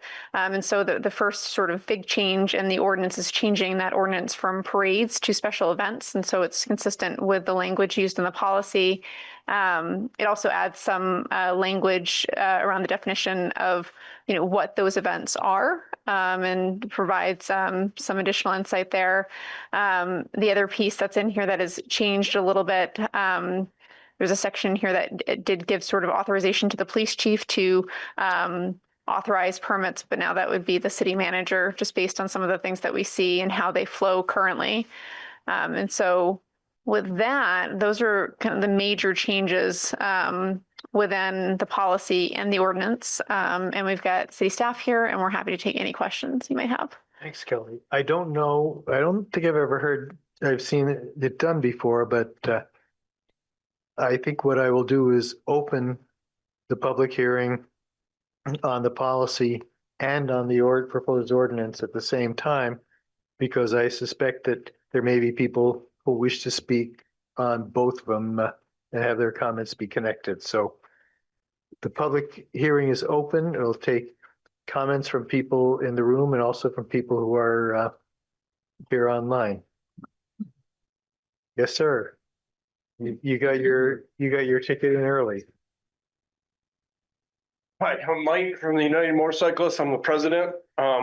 And I Mike, have other, Mike Mason, is that right? Mike Mason, Okay, yes, and Penny Gordon. Oh, sorry, and Vice President. Kelly Hode, Hello. Secretary. So we do the toy run every year into Montpelier. We are a nonprofit organization. We do one fundraiser every year. We do a Harley raffle off a bike, and with that money, we give out 5 to 8 scholarships every year of $500 or more. We give money to the veterans, Jenna's Promise. What else? Yeah, Camps and Compta. And with that money, we only have so much. So I see that they're trying to organize us, I believe, as a parade coming to town, and I'm just wondering how that's going to affect us, because I'll be honest, we cannot afford to do that and to pay to use it. This is the 40th year that we've been doing the toy run into Montpelier and using the State House lawn. We have anywhere from 250 to some years 800 bikes, and we have people that line the sidewalks to watch us ride in. There was one gentleman that came last year who said he had a family member that was born at home while the toy run was going through, and he mentioned that to me, that he always remembered that. Did he name him Harley? So I'm just here to try to get it waived so that we don't have to change our whole event. The whole reason for the toy run, we are a nonprofit and we are raising fundage and awareness for another nonprofit. It all goes to the Shriners Hospitals. So we raise money for them. We get toys for the little people that are in the hospitals. And we had a family come year before last from Orange, Vermont, that actually benefited from the Shriners Hospital. Their little boy got very, very badly burned. They flew mom and the son out and took care of her as well as they took care of him. So in a nonprofit trying to help another nonprofit, it makes it very hard if you're going to try to charge and impose fees and permits and that kind of things on top of it. Okay, thanks a lot. Thank you. Anybody else in the room would like to be heard? And I'll just take a look to see if there are hands up online. Steve, come on up. I've spoken to this issue before. I think there's a number of areas. This is one of them where the discretion to waive a fee should be a council decision, not a administrative decision. Same with designating a sensitive area where people can't camp. Those are important decisions. And what you've done is you've created a structure where the city staff can take the heat and the council never has to take any strong positions on difficult things, and I think if you're going to have a waiver, it ought to be discussed in a council meeting, and I think many of them should be waived because we count on these events to bring people into town and buy lunches and dinners and whatever. So the idea that we're already paying for this staff. And so we're basically saying, well, we're going to do a fake tax cut on our citizens by charging for public works and police efforts and hours and barricades, et cetera, for these special events. We're already paying for these services and we're already paying overtime. So in effect, it's just a shell game of money, but you're putting it out in a way that's going to damage both the civic spirit, the entertainment of what the kids have grown up to expect, and the equity. We're going to chase events out of town with this. So I think it's not well thought out, but y'all seem to take whatever city staff tells you to do, and I'm sick of it. Thanks, Steve. Do you want to respond to that? I do. Just a couple of points for accuracy. The proposed policy does include a waiver process and is up to the city council to grant a waiver, not up to staff. And it says waivers will not be granted to events benefiting for-profit organizations. So we would just be considering nonprofits. to the point about city council should be discussing the waiver, it's right here. This is exactly what we're doing right now. We're discussing this entire policy. It's all in front of us, including the waiver process. And just, so I'll stop. Thanks, Carrie. We still have members of the public, so Carrie was responding directly to this person, but Katie, I think I saw your hand up first. Thank you. So I've been following the progress of the development of this policy and the new Katie, things in it. Yep. Excuse me, could you state your name? Oh, Katie Trouts with Montpelier Alive. Thanks. Can you hear me okay? Yep. All right. I've been following the progress on this and also talking with the city about it. I think I can completely understand why the services that the city provides need to have a value on them.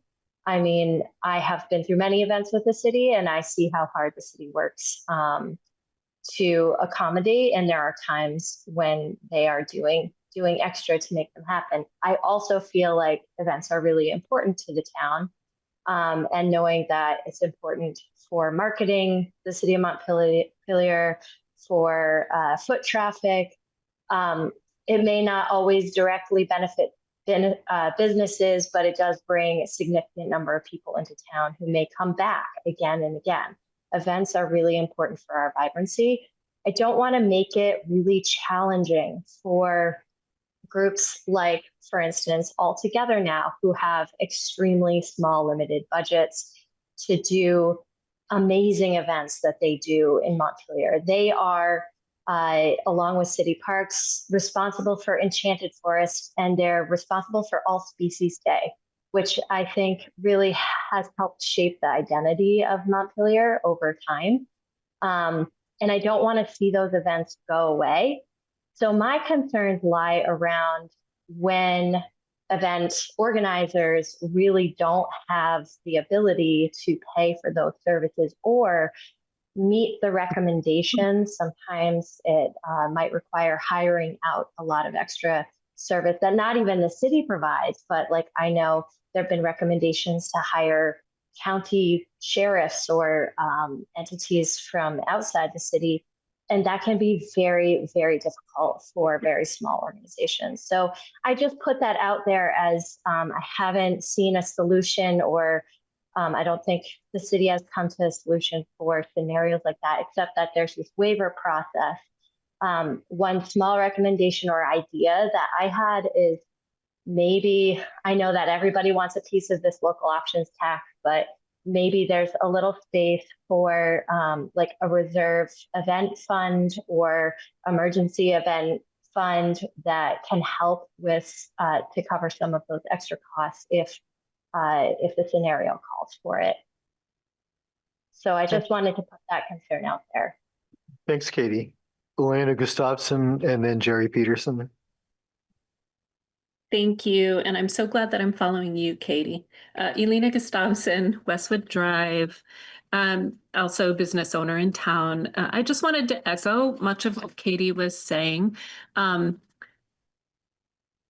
Events that happen in town do not necessarily directly benefit our downtown businesses, but the fact that events happen and that it creates an atmosphere of community and connection is really something that we all share and is just good for everybody. I really appreciate that city staff is looking at being as fiscally responsible around those events and really looking at making sure that it is paid for. That really is a reflection of them trying to take care of us as citizens who live here and pay our taxes. So I want to appreciate the staff for doing that. I just want to piggyback on what Katie said in that, again, I mean, maybe it is because we're all just flush with the excitement of the local options tax. But again, that there is that possibility of reserving a small amount of that to put into a reserve fund. Potentially that is something that smaller organizations can apply for, not to necessarily create additional paperwork, but to create some kind of structure that allows there to be a process that grants people like, the folks that are bringing their motorcycles in, that completely shuts down downtown. But really the cause of what they're doing is really very important. And I think most of us would agree that we appreciate what it is that they're doing. That is something they can then apply for, rather than necessarily putting it on the backs of our staff, or really putting it on the backs of city council to approve or disapprove waivers one after the other.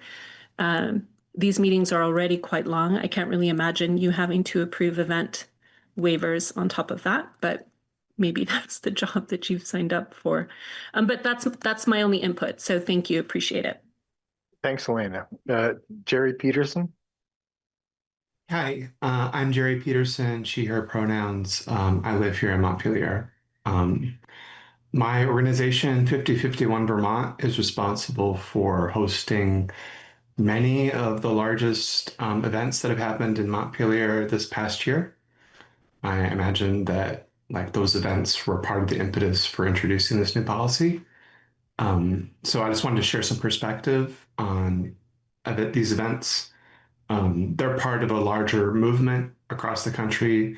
The last event, No Kings, was part of many such events that all happened on the same day across the country. And I happen to know that most of those events across the country don't involve paying permits or any kind of cost to the cities where they're hosted. The largest such event this year took place in Boston. The first No Kings event, which coincided with Pride, it had 1 million people, and the entire Boston police force was engaged for that. And that came at no cost to the organizers for that, to the city. That being said, we're happy to, pay and raise, money via donations to accommodate any kind of costs incurred by the city, in addition to the other responsibilities that would otherwise be incurred. But it does actually comprise the majority of the costs that we pay. So all of the donations that we raise, the majority of them go to the city of Burlington, the city of Montpelier, those sort of things.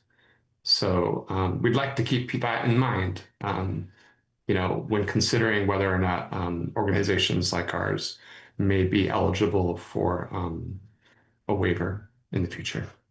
Because these things keep on happening. We're told an event's going to happen across the country, and we get basically a month's notice to prepare for that. And it's going to happen regardless of whether or not, anybody actually gets permits or whatever. People are going to show up for it. And we want to make these events as safe as possible. And that's what our organization is all about, is making sure that everyone's safe and that, people have a good experience when they go to these things. Thanks. Thanks, Jerry. Trying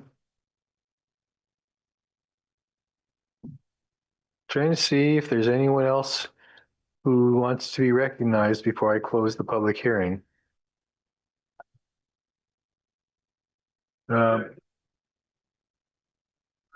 more question, yes, but please come up to the microphone. Can you commit to deciding the waivers early enough in the process so that people wouldn't bail out on the fear that they wouldn't get a waiver? Because that's what I'm concerned about, is that people will think it's not worth the gamble to put on their events. Thanks, Steve. And Katie, you had one other brief point. Yeah, I do think that's a good point, fair notice, but I have read in the policy the dates outlined, and it makes sense to me. I think it's at least 30 days. There are a few details outlined in there to speak to that, Steve. Just throwing it out there, Montpelier Live does fund some downtown events with some of our DID, Downtown Improvement District funds. I could see whatever Elena had brought up, like the grant program or something like that, managed through Montpelier Alive, maybe to support events with specific cost needs. And maybe that's funded by the LOT. So just really trying to think creatively about that, because we know from our conversations with organizers that the cost is going to be an issue going forward. I also wanted to encourage the people who are creating this policy to look at other towns and cities as models and see what they're doing. And, you know, maybe there's something there.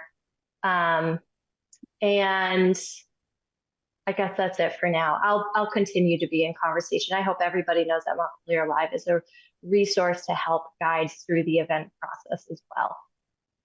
Okay, thanks, Katie. Excuse me, Mayor. Can you hear me? My name's Janice Warifin, and I don't know how, I can't find how to wave my Okay. hand. Yes, I can hear you, so you're recognized now. Thank you. I did send a letter to the council today, and I am the organizer of All Species Day and collaborate with the parks on Ice on Fire and Enchanted Forest, and have done it for over 30 years. And, you know, I did write the city council about how I was in a parade this year in Burlington, and it was marshaled by one police officer and one patrol car and one city staff with a vest on. And we moved easily throughout Burlington from the Flynn to the North End and then to Battery Park. And so I do believe there are alternative ways to allow people to create events that move through the city and allow traffic to pause to allow that event, like a parade or procession or a group of people wanting to have their voice heard, move peacefully through the city without requiring an entire police force to marshal that, I think. And I also believe that I would like to see if citizens could be trained to support city staff, so that not all staff has to be paid, but there are police officers on duty for the most needed intersections, but that there can be trained city volunteers who are there to also keep the city safe. I know the state rule says that only law enforcement officers are allowed to direct and stop traffic, but a parade moves through a city. It's not, and there's the exception for road construction, but I'm wondering if there's room for cooperating with citizens to help the city staff, safely close off streets and intersections for 5-10 minutes during a parade, maybe half hour. And I have other comments, but that's the one that, other people have spoken to other things that I have concerns about. So that's one I wanted to add it to your discussion this evening. Thank you. Okay, thanks. And yes, I did see your email this afternoon. Is there anyone else who hasn't spoken who would like to be heard before we close the public hearing? Well, Angel Mason. Yep. Hello, Angel Mason, United Motorcyclists of Vermont, Sergeant at Arms. I'm with the people that have already spoken. I just wanted to speak to the fact that we have been trying to communicate with the City Council about this for some time. I've sent out a few emails to the entire council to kind of get an understanding of what this process was. And I was actually very disappointed to find out that this is the second hearing about this matter, and that we are only able to come now at this point, when I was specifically asking to have us put on the agenda so that we could effectively discuss this prior to any changes actually being made. As far as the waiver concern, while I understand that it is a process, this process will also hinder our ability to be able to plan this. As I mentioned in the email that I had sent last month, that we have already began the planning process of this annual toy run, and especially with it being our 40th year, this is a very big year for us. And this has been occurring in the city of Montpelier for 40 years. And if we need to start making those changes to not have it in Montpelier because we can't guarantee we are going to be able to get a waiver, that process needs to start now. With Okay. that said, we really just need to have answers sooner rather than later than playing a gambling game with the city of Montpelier. Thank you. Okay, thank you. Is there anyone else who would like to be recognized? I'm not seeing anybody, so I will close the public hearing. And before we start debating the proposal, we will take our 10-minute break. Folks, I'm going to call our meeting back to order. Now we've concluded our public hearing, so now the questions are up before the council for debate. Does anyone have any initial thoughts? Yeah, Ellen, go ahead. internal. Sorry, let me do that first. Okay, so my question is, if all the things we've heard, there will be lots of waivers. So if you are planning to waive most of the applications, why we are having this change? Right? So it doesn't make that much sense to me. And the second thing is, yeah, I really want to support the downtown vitality and economic development. So I really want to support the staff and their effort and hard work. But really, in the long run, it doesn't make that much sense to me to charge people because they want to be in Montpelier and they want to have their events. And I remember in our last discussion, I think we asked that, can city staff bring us a data like how big events we have, like how many of them like nonprofits, how many of them like for profit. I don't know, maybe you already mentioned this, but I didn't see the data. So that's all. Thanks. Thanks, Belen.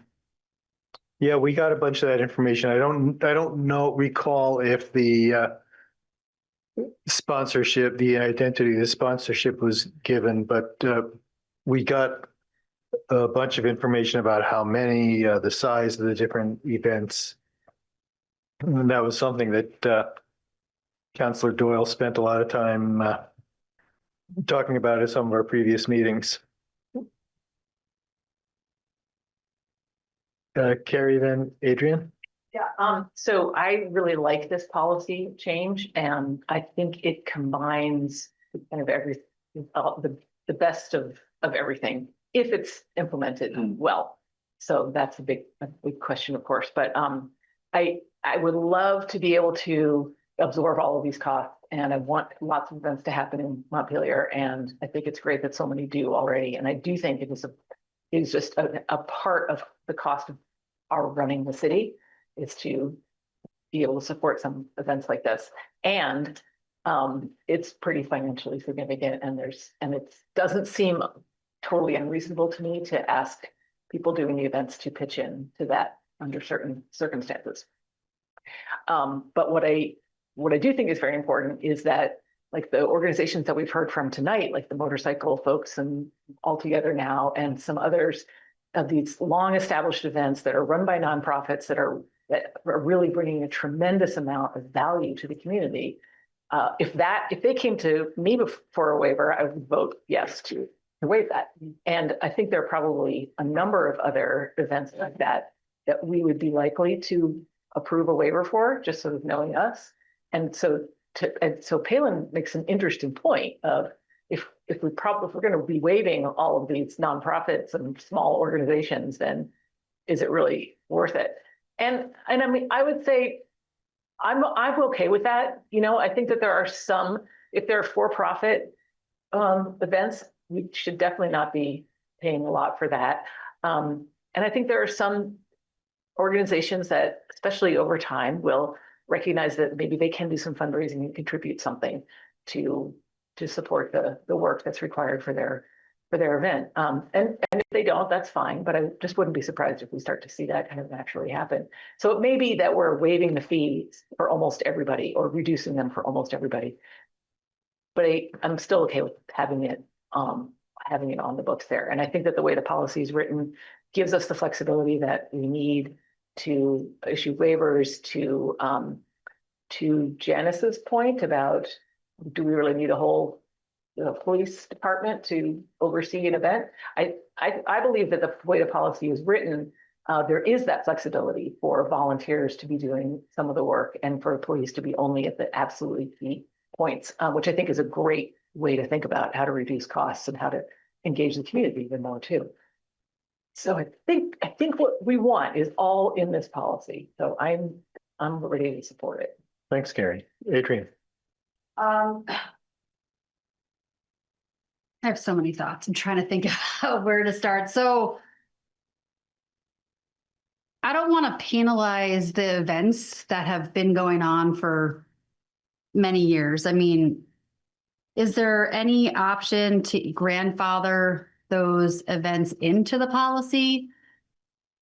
That's my first thought, like, or give them a period of time, like 2-year lead time or something, because you're already planning. I know the fall festival's already planning, all species days are already planning. And so give them, a 2 or 3 year lead time, or just grandfather them in as a waiver, because probably going to waive them anyway. And so my concern is administrative burden to the city to go through the process of filing a waiver, talking about a waiver. I mean, that's time and money. And, our customers are the people that are, both the city staff going through that process, completing the waiver, whatever that may look like. And then also the folks that are hosting these events. Like, I would like to figure out a way to reduce the amount of administrative burden, both on staff and our customers, while also promoting these events in our city. And so any new events that come in, it's clear what the policy is. It's all right there, and they can decide to come here, which I hope they will. But I just want to brainstorm a way to have a little bit of buffer for our existing events, or just waive the fee for existing events that have been here for 4+ years or something. I don't know if there's a specific time frame, because they're already planning, and I don't want them to leave. I think that would be horrible. I think if this policy makes these organizations leave Montpelier, I feel like we failed. So we need to keep them here, but we also need to protect our city staff with all of our resources. So it's a fine balance. I just think that we can do just a little bit extra just to make sure we're thinking through this. Thanks, Adrian. Ben. Well, first I want to say, I really appreciate that there's been a continuous dialogue. I mean, we've seen this policy come back many times with changes, and staff has done research, and I really appreciate that. I am kind of in a place though where I'm not going to support this, because I feel like it would be a huge loss to what makes Montpelier to put up new barriers for events. I feel like I work with communities every day where we encourage them, more events, get more vitality in your downtown. Let's make this an exciting destination place. And to me, what I feel like this is really about is that we're not adequately resourcing our public safety staff. And as a result, they've come to us and said, we don't have the resources to deliver the public safety we need to make these events happen. And so somebody's got to pay for it. And I respect that. And I think we should pay for it. I think we should budget it. And I think we should pay for it. And I think there are ways to recoup costs. I think I've talked quite a bit about the idea of tiering the events. If it reaches a certain amount, over $3,000, then you start to charge or get a certain percentage, or certainly for-profit events. But the bottom line is all together now, and the stuff that they do is the example that we've been using this entire time. And we heard from Janice today that they might not be able to continue this event. And that to me would be just a huge loss to our community. And what I think is even, another loss is the all together now events that the next generation hasn't even thought of yet, right? But wants to come forward and then say, oh my gosh, there's all these bureaucratic hoops I have to jump through. Never mind, it's not worth it. I think that that's a mistake. I think there's a way to solve the fundamental problem here, which is adequately resourcing our public safety staff to be able to manage these events and look for partnership opportunities with the community. And, those that have the ability to pay more or larger events, look to, have a conversation with them. But the idea of every event coming to us and asking for a waiver, maybe we'll do a great job implementing this policy, but the next council 4 years from now, I'm sure they won't do as good of a job. Right. So anyway, I really appreciate the work that's gone into it. I feel like the staff's been very thoughtful and responsive to our questions, but I'm just not there. I would really encourage us to collect all that information for a full year, see what the actual costs are, and then budget accordingly. Thanks, Ben. Anybody else? Bill? I guess I would, I see arguments on both sides.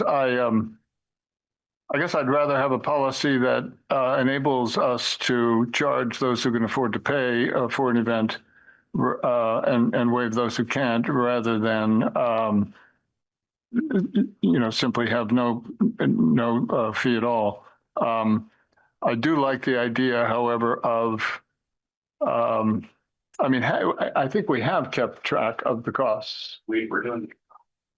Well, I think in the development of the policy, we had numbers that showed us what it was actually costing us. And I agree. It would be great if we could, fund the resources that we need to manage this. But at the moment, I don't think we can. So I think there's enough flexibility built into the policy that we can manage it. I think we should, certainly in the first round, get the waivers in writing as the policy specifies. I think in most cases, if not all cases, it would probably be a consent agenda item. I don't know what the administration burden would be. Certainly there'd be some, but until we try it, I don't think we'll know. So I'm inclined to support it. Thanks, Sal. Jim, even though you're not physically present, I don't want to overlook you if you have something to add to this.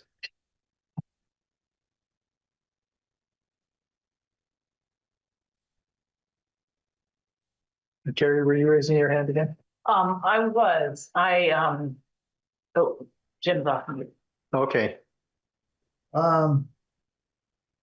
I'd like to look at the ones that have been here the longest and give them the best break. So they've been doing it for years and years and years. The toy run, what Janice runs, those ones, I think we ought to take a certain number of years and say, anybody that's been a number of years, your grandfather. Because these are the ones that people have gotten used to. People expect, people know that when they're coming. And, I don't know what the year should be, but certainly if you've been doing it 20 years for the city, you brought some value to the city. So I kind of like that idea. Thanks, Jim. Carrie. Yeah, so I'm torn now, with all these arguments, because really what I would like to do is to not charge fees and to budget our public safety and our, adequately, so that we recognize that this is part of what happens when we're in the state capital and that you need to pay for it. If I could feel confident that the FY27 budget was going to include the appropriate increase, I would feel more comfortable about letting this policy, not having this policy.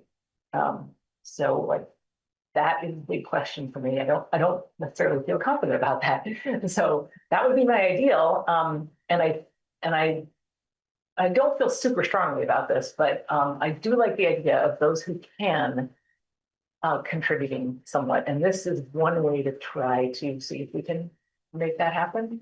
There may be other ways to do it. And if anyone decides not to even try to have an event here because of this policy, then I think that's a total failure. And I wouldn't want to see that. And so maybe we can have a different version. I don't have a clear suggestion for that. But. Thanks, Carrie. Adrian. I know we went over this last time, but could someone refresh my memory? So most cities in Montpelier charge a fee right? Like a filing fee? Are you asking if other cities do charge a fee? Yeah. Yes, we did provide examples. Yeah, I remember that. So most cities provide a filing fee for a parade or a special event. So I feel like that's like precedent, right? Like that's like a standard operating procedure for events. I think, and then I'm just thinking, so there's the fee for the filing fee, but do we have a rough estimate of how much, I know we was talking about this, but if we were going to put this in the budget, like, do we have a rough estimate of how much this has cost the city? Like, are we talking $800,000? Are we taking like $1,000? Like, what is the range here, like, for us to think about what would be included in a budget? And, the magical local options tax, which everyone wants to take a piece of, but this is our downtown. This does benefit our economic development. So I just want to think about that.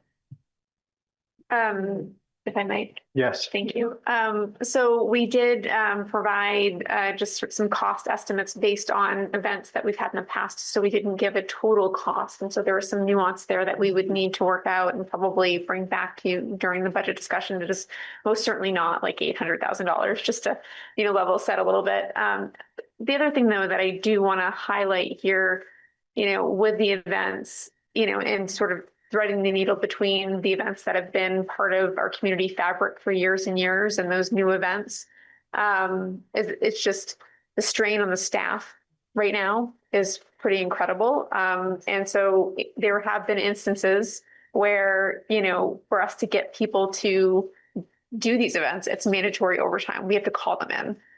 And so it means that it's just sort of, there is some burnout that does happen there. And I know that's not what you asked me, to Ben's point too, we can provide a budget line to kind of showcase what it costs for the event. So that then, when we do have events in town, it doesn't hit the budget line items for departments. And, if that is what comes out of this discussion, then, I think we're at least providing good information in terms of the cost of public events to the city. And if that's something that council chooses to do and fund, then, that's a decision point for the budget. And so I think going forward, we have created an account line, so we'll be able to track that more effectively. So you'll be able to see the line item.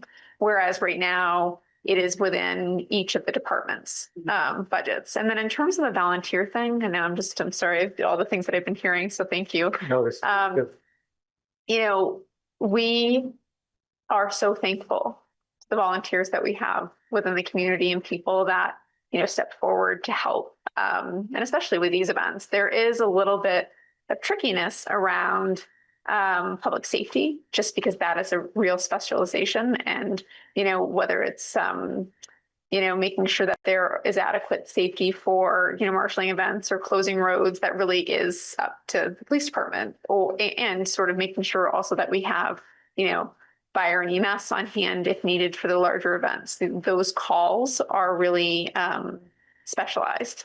And then for DPW, the size and scale of projects that they're called to task on the regular, is a lot. So it's just, we can certainly capture the cost. There are things that will be wrapped in that cost that will not be captured.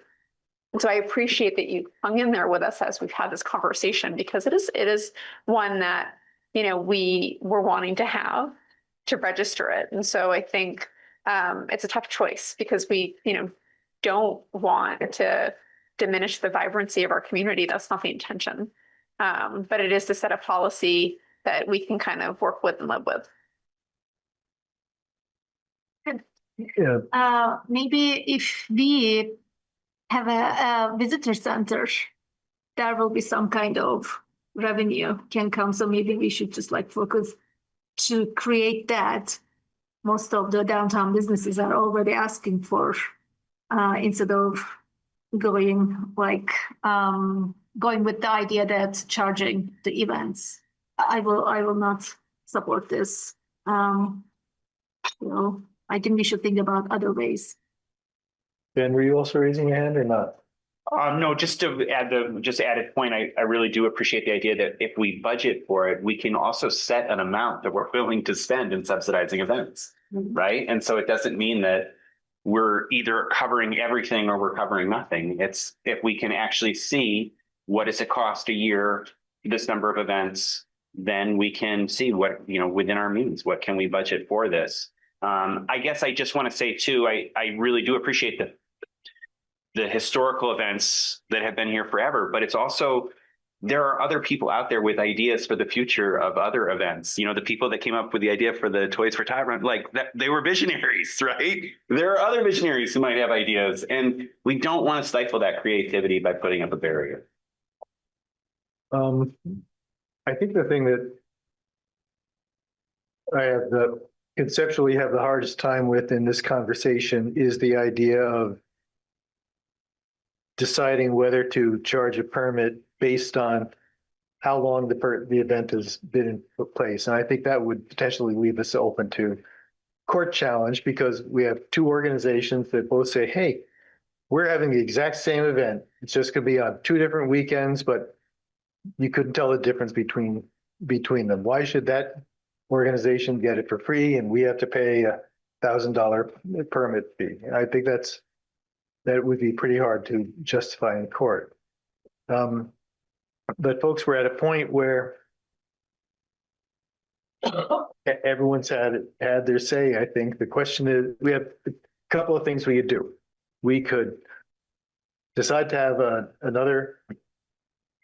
take this up at another meeting, either another public hearing or not a public hearing, just another council agenda item, or we can vote to pass it now, or we can not vote to pass it now, either by nobody moving to support it, or by someone moving to support it and then having it voted down. Adrienne. So if we vote to not support this, then what happens? Like, does it just revert back to the current policy? Yes, that's correct.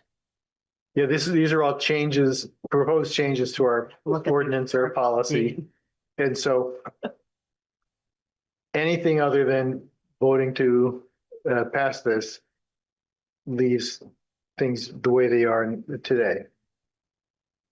But Making decisions might then we can think about the next steps later. Like we should say something yes or no. Then if it is yes, okay, let's talk about the next step. If there's no, what we are planning to do. But I think you should say something tonight. That's my opinion. Okay. In that case, I'll move that we approve the revised street closure policy and ordinance. Is there a second? Ordinance. And is there a second? Second. Okay, I'll just for discussion, can we just say one more thing? I think if we choose not to support this and it doesn't pass, you know, I want to make sure I understand in fact what the next step is. It reverts back to the current policy, but also we're tracking the expenses for a year, and during budgeting season, we could have an estimate from staff of what it would cost to adequately support public safety for events. Yes. And then we could advocate for that during the budgeting season. Yeah, that's correct. Okay, are we ready to vote? I'll call the roll because we're not all here in person. Adrienne? No. Ben? No. Carrie? No. Jim?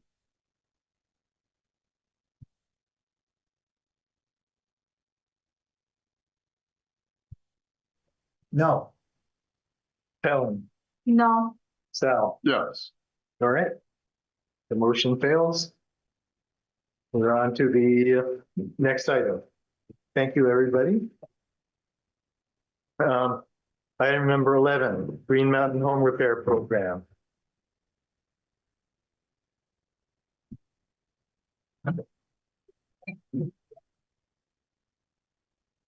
Evening again, Mr. Mayor and Council. Mike Miller, Planning Director for the city. Just a reminder, this is a public hearing. Okay, well, I'll open the public hearing now. Thank you, sir. So this is a public hearing for an application for the Community Development Block Grant Program for the Green Mountain Home Repair program, and you had already had a meeting to discuss this and approve this on October 7th. I'm just going to go through a really quick summary for anyone in the public who wants to comment. So Downstreet, in partnership with the city of Montpelier, is applying for funding to provide 15 new home repair loans to households in our service area in 2026. Rising costs of living combined with significant increases in the price of construction materials and labor have made it increasingly difficult for homeowners to afford critical repairs. In fact, repair expenses have more than doubled in recent years, forcing many homeowners to delay essential work and leaving homes vulnerable to deterioration. So through this program, Downstreet will ensure that more families are able to complete necessary repairs to maintain safe, stable, and high-quality homes alongside financial assistance. Downstreet will continue to offer financial counseling to all participants, helping them strengthen their long-term financial health and stability. The proposal is to apply for $300,000 in community development block grant.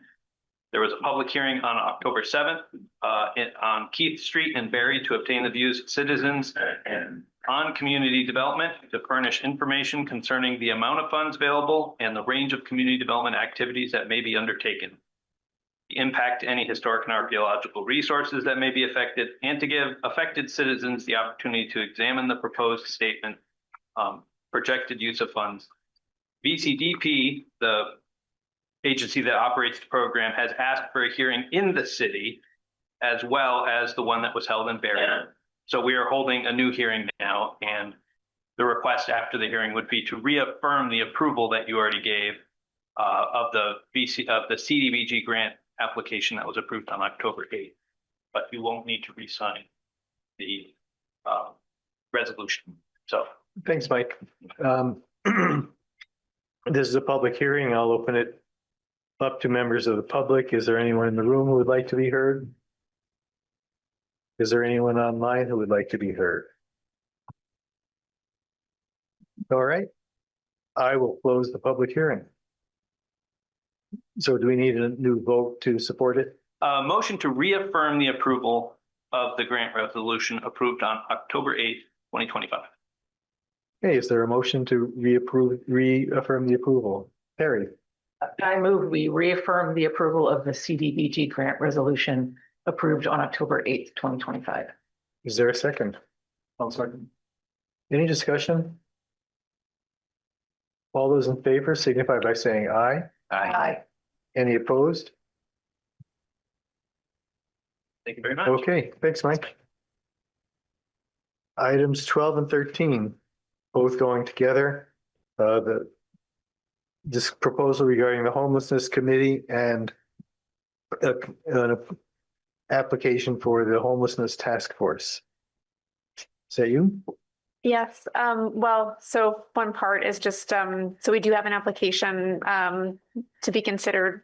The thing that I would just like to note along with that application is the applicant has indicated that they would like to attend a homelessness meeting first before deciding to accept that post, if you will. And so I don't know that we necessarily need to take action on that tonight. And so we might just kind of like hold and have them go to a meeting first. And so maybe we could just take up the structure of the homelessness task force. And so here tonight, Zach Hughes, he's the chair of the current task force. And then Jim is online, and both were sort of instrumental in wanting to bring this forward as a discussion for bringing the work from task force level to committee level. And so I'm going to turn it over to Zach if you wanted to say a few words, and I'll take it from there. Thanks, Kelly. Welcome. So I'm Zach Hughes. I'm of Montpelier. I've been the chair of the task force since earlier this year when my colleague Tori Ravine resigned.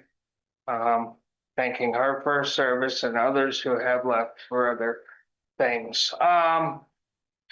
I really have been thinking and talking with my colleagues on the task force, and we've met every week and continue to straightforward meeting structure for the most part. But recently, I took away that we got together at the the regional meeting up in Berlin, and I really appreciate those folks who put that together and who hosted us, and we were able to.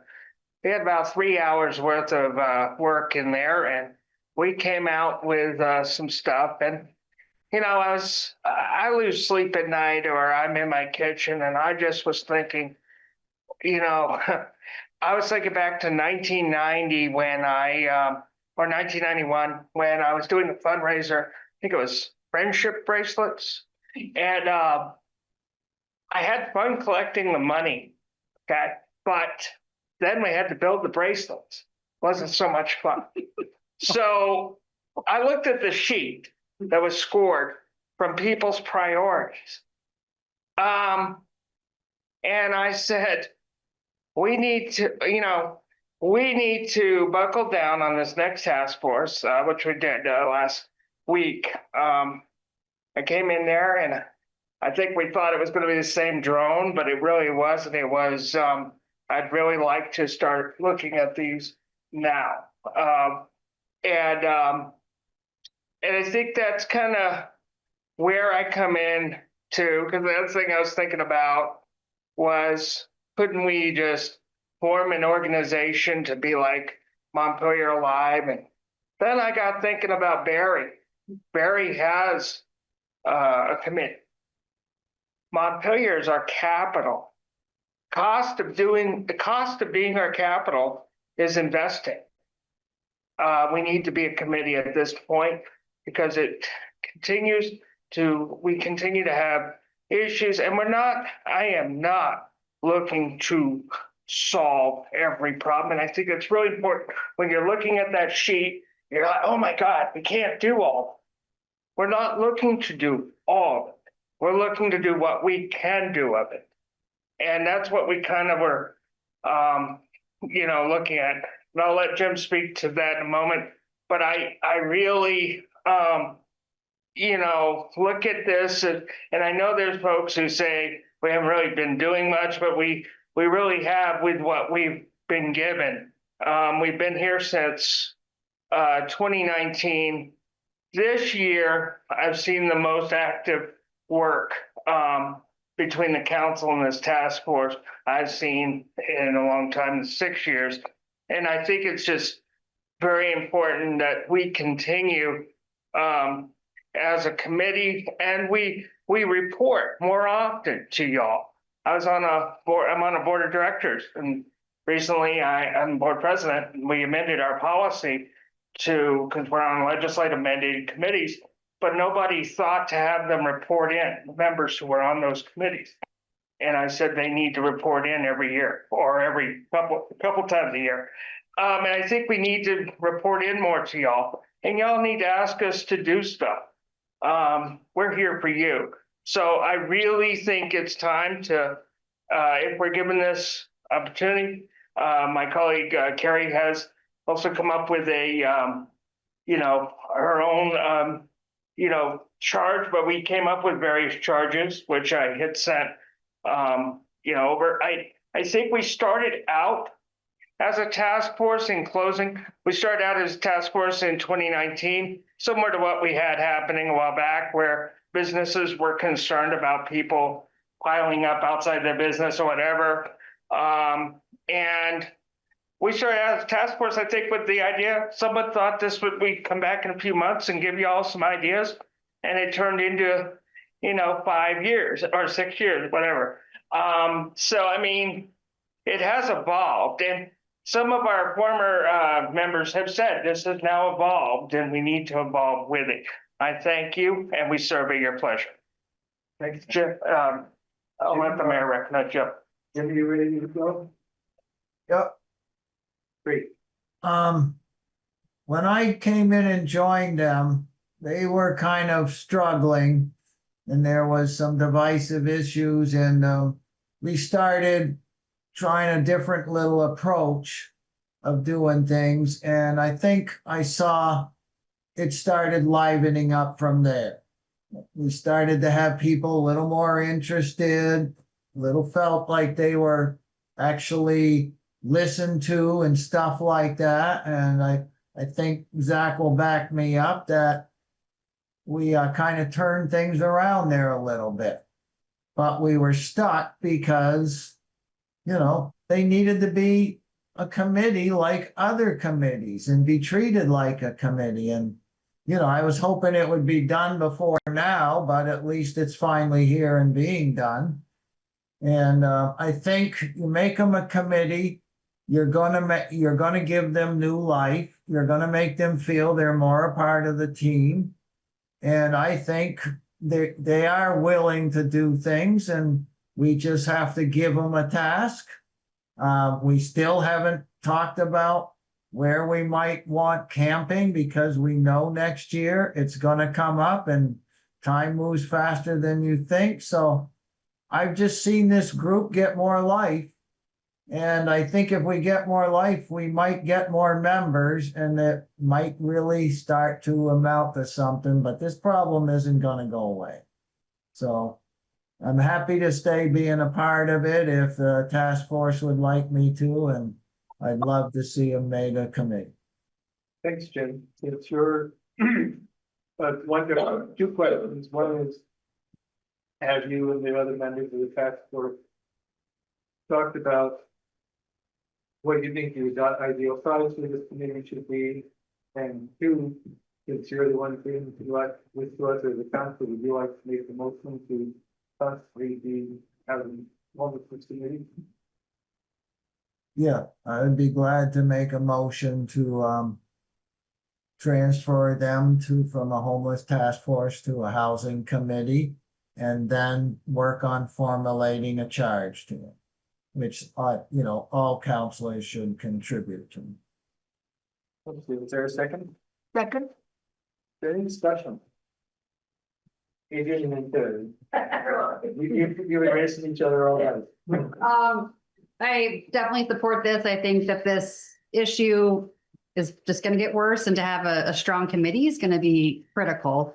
One of the things that I know we're getting to very busy season, but one of the things I want to make sure that we think about is the committee structure as an overall. I sent this, I don't know when we're going to have it on the agenda to review, but I did put together like a proposed policy for the city committee structure. I want to formalize this. I want to ensure that every committee is uniform in their structure. So what is their charge? What is their work plan? What are their milestones that you need to achieve? And I would like, the proposal is that each committee reports back to the council on a quarterly basis to let us know, did you reach those milestones? Did you hit any barriers?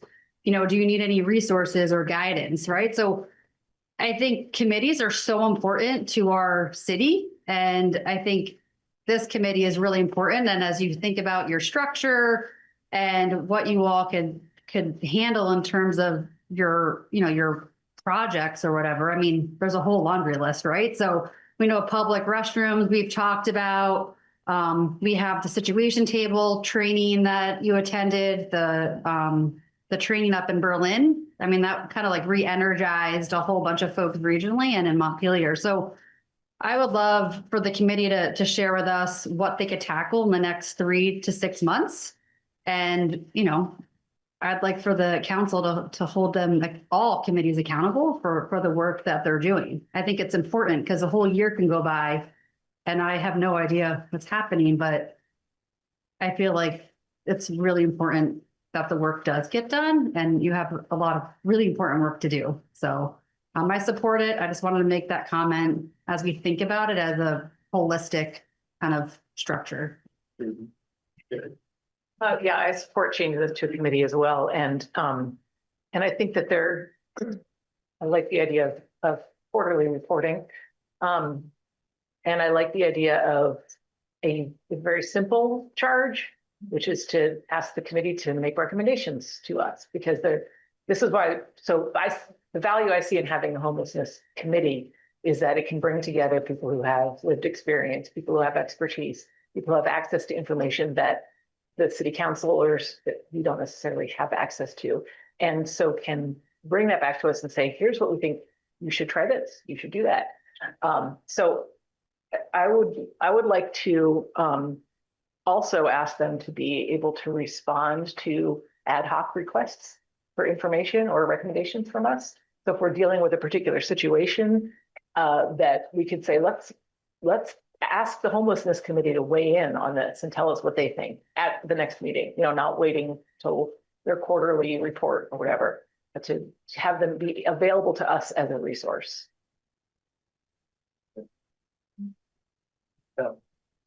So I support this committee too.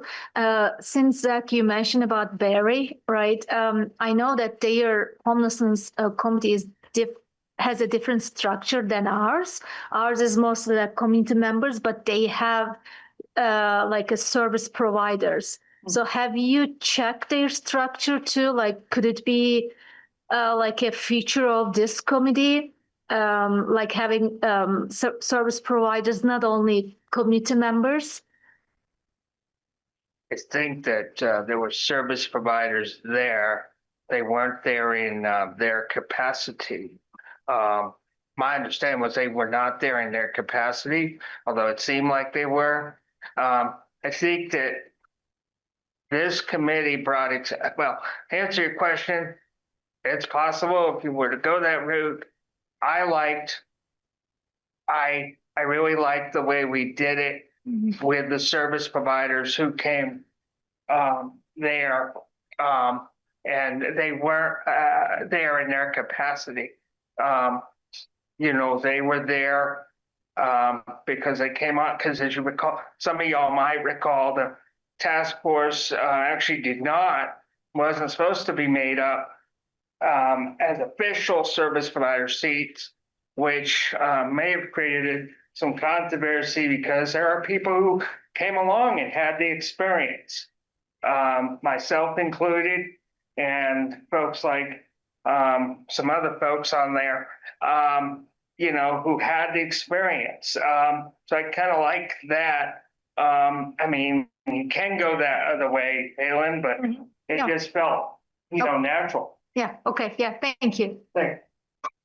Are there any comments from members of the public, either in the room or online? Steve? Yeah, thanks, Steve Whitaker.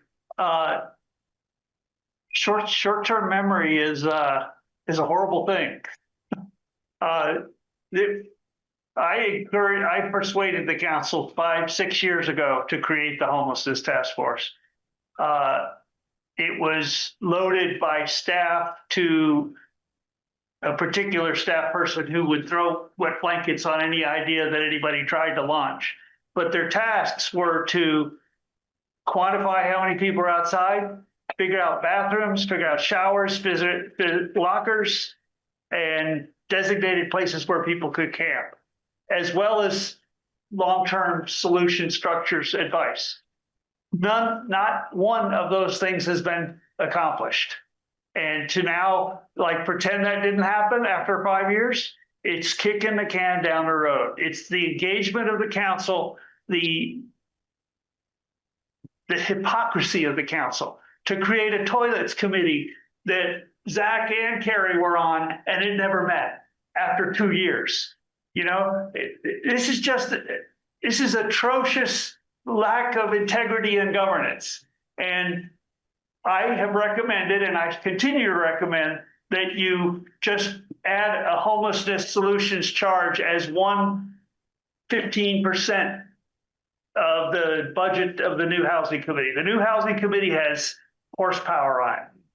And this committee, the homelessness committee, frequently can't even get a quorum. And it's got a lot of people who like to talk about it, but do nothing about it. And I've said that to Zach's face more than once. It's not okay to use it as a pedestal for I'm self-righteous because I care about homeless people. It's about getting the lockers, the showers, the lease with the transit center company changed so that a shower could go in there. We put a shower, it took a year to get a shower in the homelessness shelter up at Country Club Road. That's how ineffective and insincere this council is towards addressing this issue. So giving it a committee is just another placeholder to kick it down the road. You know, it's been an ineffective task force. It's going to be an ineffective committee. And your better solution is to charge the housing committee with also addressing emergency housing. And emergency housing is a fixed set of immediate solutions that need to be done by the time the snow flies, which is yesterday. Thanks, Steve.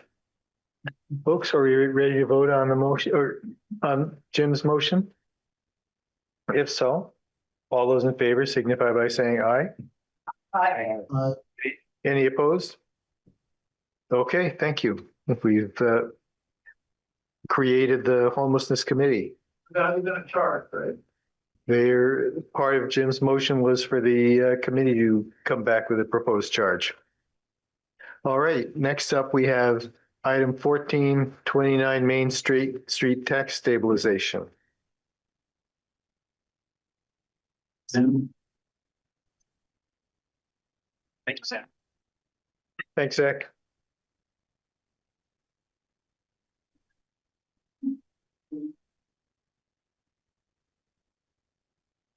All right, this is going to get turned over to Matt, who should be online. And he can give you the details of this tax stabilization request that we received. Great, and since this is going to be a public hearing while Matt's getting signed up, I'll open the public hearing.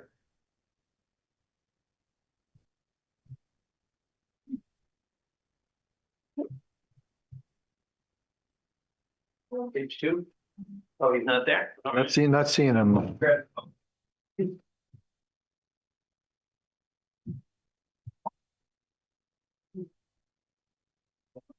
I will. Homelessness. All right, so we don't get these very often. So Mike Miller, planning director, we don't get tax stabilization requests too often. The last one we found was back in 2019. And so when we received this request, we kind of had to figure out how the process worked. The request came in from Main Street Apartments LLC, and they own 29 Main Street. We would all probably call it the Walgreens building. And they're having a proposal to go through and renovate that building, move offices to the first floor, and use the second and third floors to put in 15 apartment buildings. And Matt has gone through and the policy, I believe he included the policy in the packet, and he evaluated that in his memo and went through and found that it does meet the requirements of our tax stabilization. And based on the proposed project, the Community Development Department staff recommend the City Council approve tax stabilization contract at 50% of new municipal property taxes on the building for a period of 7 years. Now, this would require two approvals, 2 hearings to have this discussion. I can answer some of the questions on the policy. A lot of the policies are for the tax stabilizations became a lot more black and white and about, you can see the date on it, 2020. So we made, Jack, you were probably there for the other ones. They were a little bit more wishy-washy and a little bit more subjective. And we said, we really, in order to be fair to people, we really have to have rules that say, if you meet these requirements. So the first question for council would have been at the time, do we want to have a tax stabilization policy at all? Answer was yes. Then if we do, these are the rules. And if you meet these rules, then it's more of a checkbox of, are you going to meet these requirements? And so Matt did that evaluation. If you have questions, we did invite them to be here, the owners of the building. They were unable to make it tonight. So they asked that this, if you approve, you close this hearing and warn the second hearing that it would be in December 10th. And they would be here for December 10th if you have questions, but they would prefer to have questions in advance. If there are things that you have questions, then they could prepare answers for.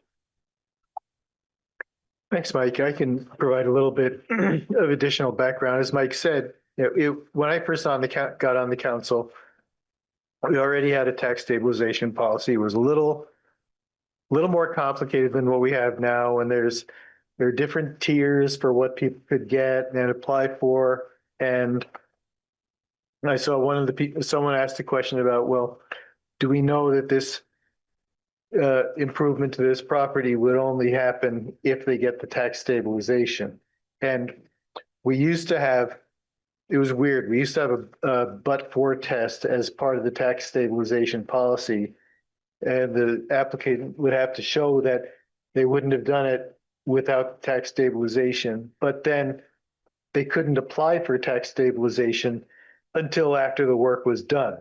So until the permits were in place, so they had to go through the full permit process. Right. So before they started construction, then they applied. Yeah. But it still made no sense. And and that's pretty much an imponderable for any project, especially something like this. But so I think that's a good place to leave it, and I'll see if there are any members of the public who would like to address the council on this topic. Anybody in the room would like to address see. Yeah, I think while we're wrestling with raising taxes on everybody and new requirements and staff crying poor, and despite 77 people at over $100,000, giving tax breaks to wealthy downtown landowners is not in the public interest. Especially, we don't know the value of how much he's going to increase that retail space on the first floor. We know 15 apartments or 16, whatever apartments is a good addition to the downtown to have some ADA compliant apartments, but 7 years, it's not rational to give. In fact, an analysis needs to be done post abatements of the prior grand list of the downtown property owners, then the reappraised grand list of the downtown property owners, and then the net value after the abatements are agreed to. And you're going to see that dollars per square foot, the residents of this town are subsidizing the downtown building owners in many cases.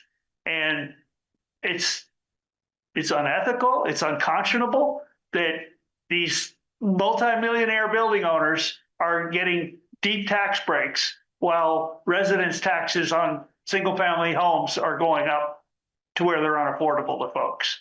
So I'm not saying he shouldn't have any tax break, but somebody should ask where the money's coming from, because Lucky the plumber doesn't earn enough money to buy all the real estate he's buying right now.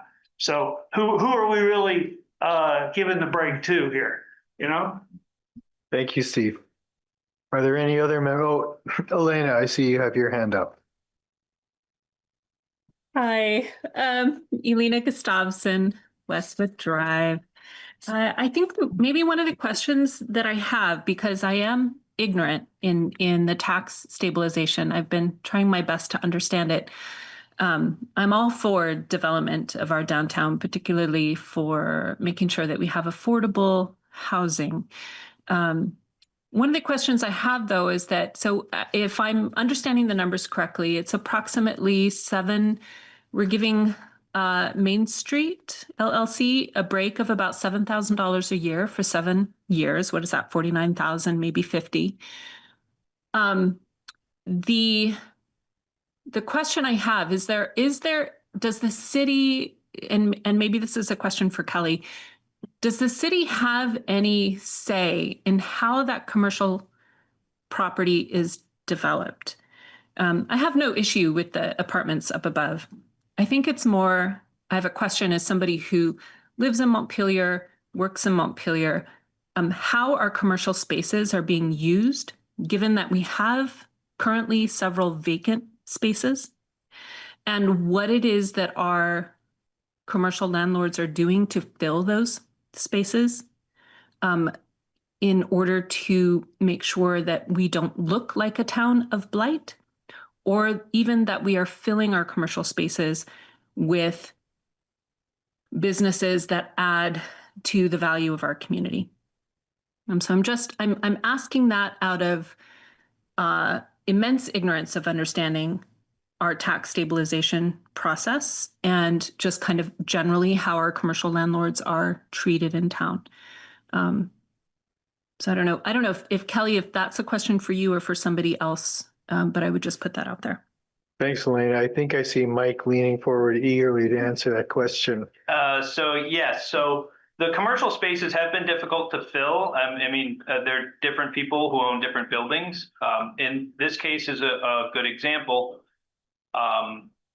So it has a vacant first floor, but it has offices on the second floor. And so really what they're kind of doing is what we would hope they would do, which is to reactivate. Now, we don't have retail on the first floor, but putting offices back on the first floor is a good thing. We now have the lights will be on the first floor. And then we're converting the second and third floors to apartments. So because this is currently retail with commercial offices above. You can fill commercial offices, you can't fill retail very well. So they're pulling those down and going to make the building fully utilized, which from an economic development standpoint is what we would want to see. That's it. You don't have to stop if you're not finished. No, and so that was, and the cost from, keep in mind that there is no reduction in taxes that they pay. So they're going to continue to pay what that building has been paying all along. The $600,000 or whatever it is, they're estimating $600,000 worth of improvements.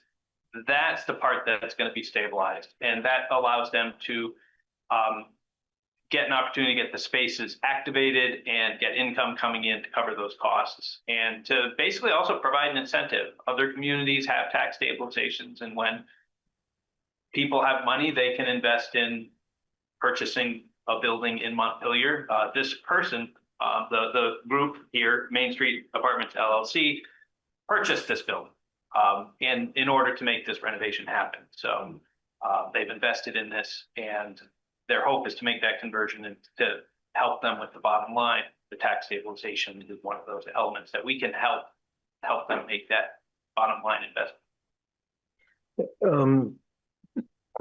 Since we're still in the public hearing, I just want to see if there are any other members of the public who would like to address us on this before I close the public hearing and go to council discussion.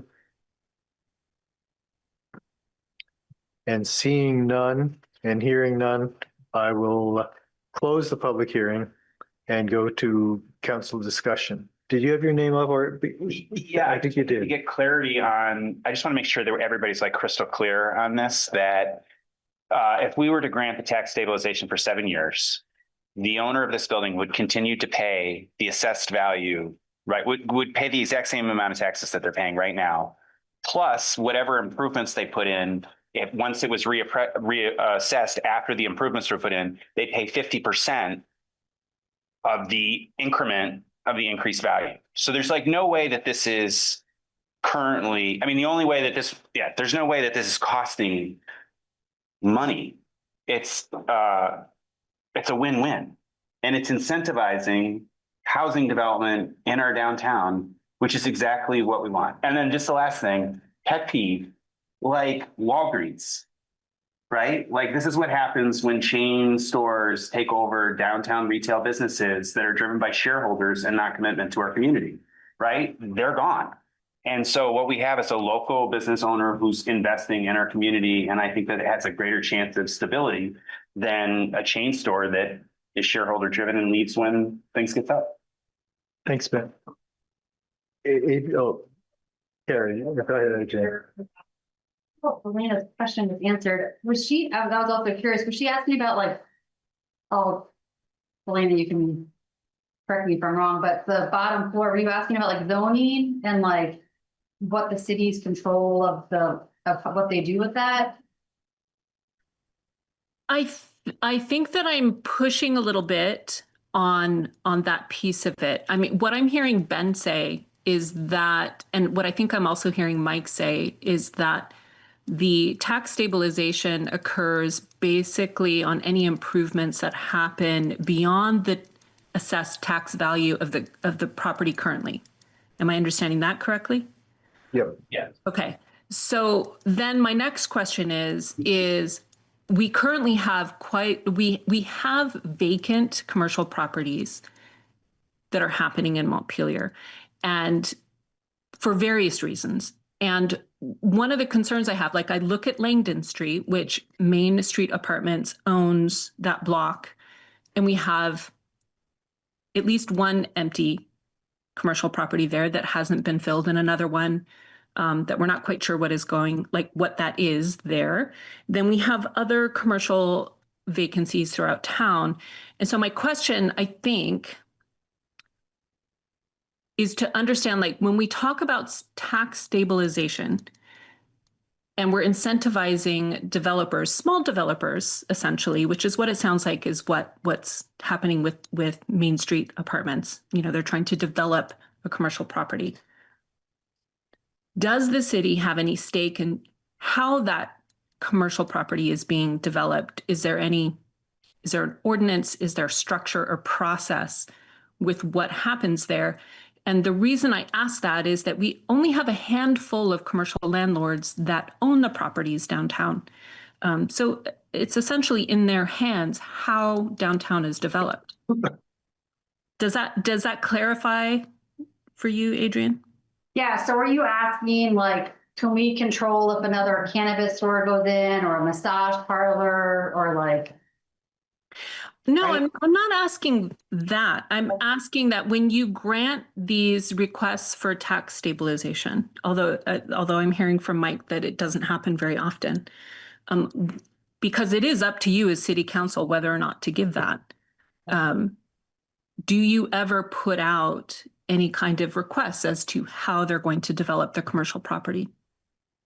The answer to that is yes, because the tax stabilization policy, which is probably in the city council packet, although I assume you haven't read it, but the tax stabilization policy has a list of criteria, and for each criterion that you meet, that gives you either more or less tax stabilization, so that you can, if you're developing affordable housing, that gives you an additional year. If you're doing net zero, that gives you an additional year. So it does provide us with a mechanism to encourage things that when we adopted this policy, we think are beneficial to the city. Can I just add one other piece for the basis to get into tax stabilization? One of the key gates you have to get through is the real property renovations are estimated at more than $400,000, and the renovations will produce 5 or more commercial residential units, and that's what this one qualifies for. So it's just not something that anybody can get. You have to make a substantial addition to the downtown in order to qualify for the tax stabilization piece of that. Carrie, you had your hand up. Yeah. And then Jim. Thank you. I have several questions, so I don't know if you want me to ask them all now and sure. Take a lot of time. Okay. If the proposal is to grant an additional year of tax stabilization based on the projection that the value will go up at least $600,000. What if it doesn't go up that much more?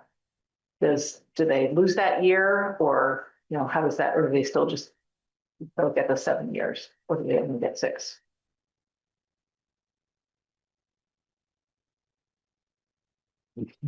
I think that's a question I'm going to have to hold on to and see whether this is something that, whether the 600,000 is in the policy as a specific line, or if there's just a requirement of a certain amount, but, and whether that's been checked with, because we checked, I know Matt already met with the assessor to talk about the numbers to make sure everything worked, but I can't specifically answer that one. That's a good one.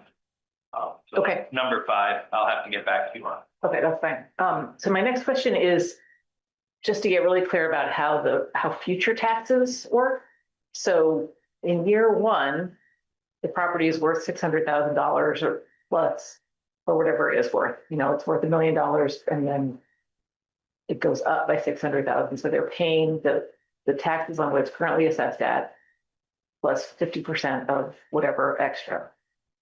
But then in a following year, or after another citywide reappraisal, when the value of the property goes up, how do we continue to calculate what part of that, what portion of that is stabilized?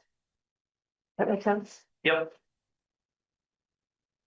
And I will refer to, because as we said, we have these already on the books. We still have existing ones.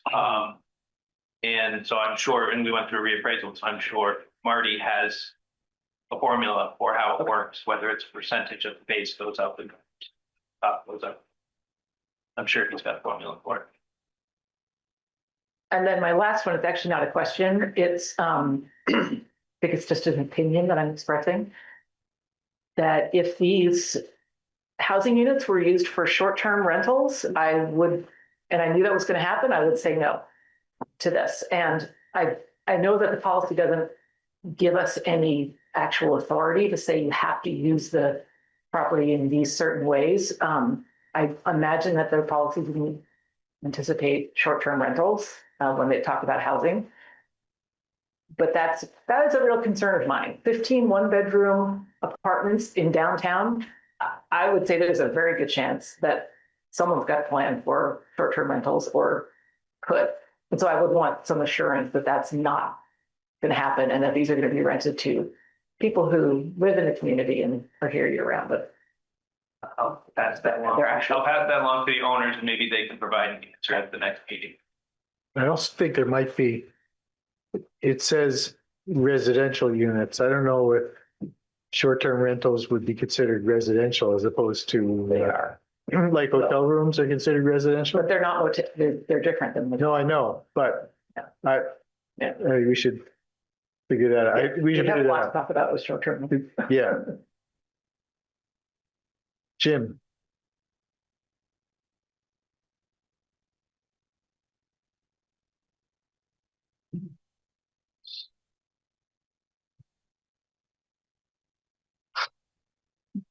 Jim, you're still muted. I'm going to give Carrie some advice on my 25 years of living downtown. Downtown residents turn over very quickly. You know, I lived in a building that was, it was pretty less turnover because Dave Kelly is such a good landlord, or was such a good landlord when he owned it. But the buildings around me were constantly changing. People, it's kind of a short-term thing. They're there to get into the city, but they want to get somewhere where there isn't so much noise. After a while, the noise starts to bother people and they want to move out. So they're not apt to be long-term residents in a lot of the downtown apartments anyway. My question is, and Steve is right, what is happening with the business owners, the building owners downtown has been happening since way back in my time. It has slowly shifted all these years to more on the residents from the business downtown owners. And one of the reasons is they can hire better lawyers to fight the tax assessment and get their numbers down easier than the common person can. So that's been, I mean, Chris Smart brought that up when he was on the council, gosh, back in the early 2000s. He said, this is happening, it's slowly erosion, and it is. We pay a lot more per square foot in our houses than they do in their buildings downtown, and it's gradually gotten worse every year. So my question is, where does 7 come from? Is that just a random number? Is there a reason why it's 7? Does it have to be 7? You want me just to walk through? Sure. So the analysis, so what it is, once you've gotten into the award, so when I mentioned the 400,000 and 5 or more commercial residential units, that qualified for the base 5-year tax stabilization. And then there are some other requirements that they have to meet that they did. And then there's an analysis for additional years. And this is written out explicitly in the tax stabilization policy. And in your agenda packet on the second page of Matt's memo, it goes through an analysis of criteria of additional years. And number one, the city is not seeking to lease or acquire any portion of the building. So they don't get any bonus for that.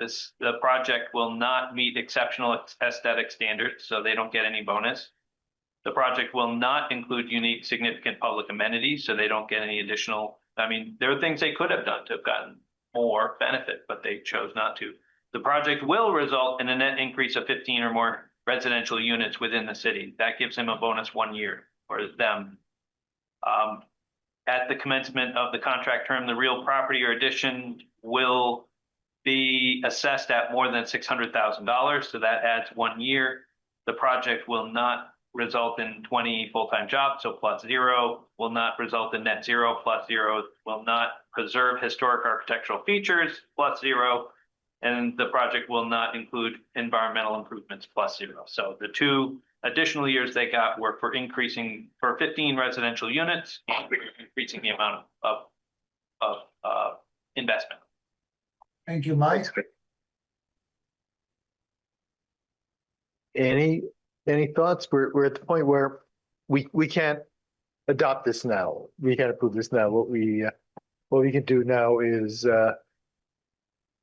take a motion to set it for another public hearing, and that would be set for December 10th.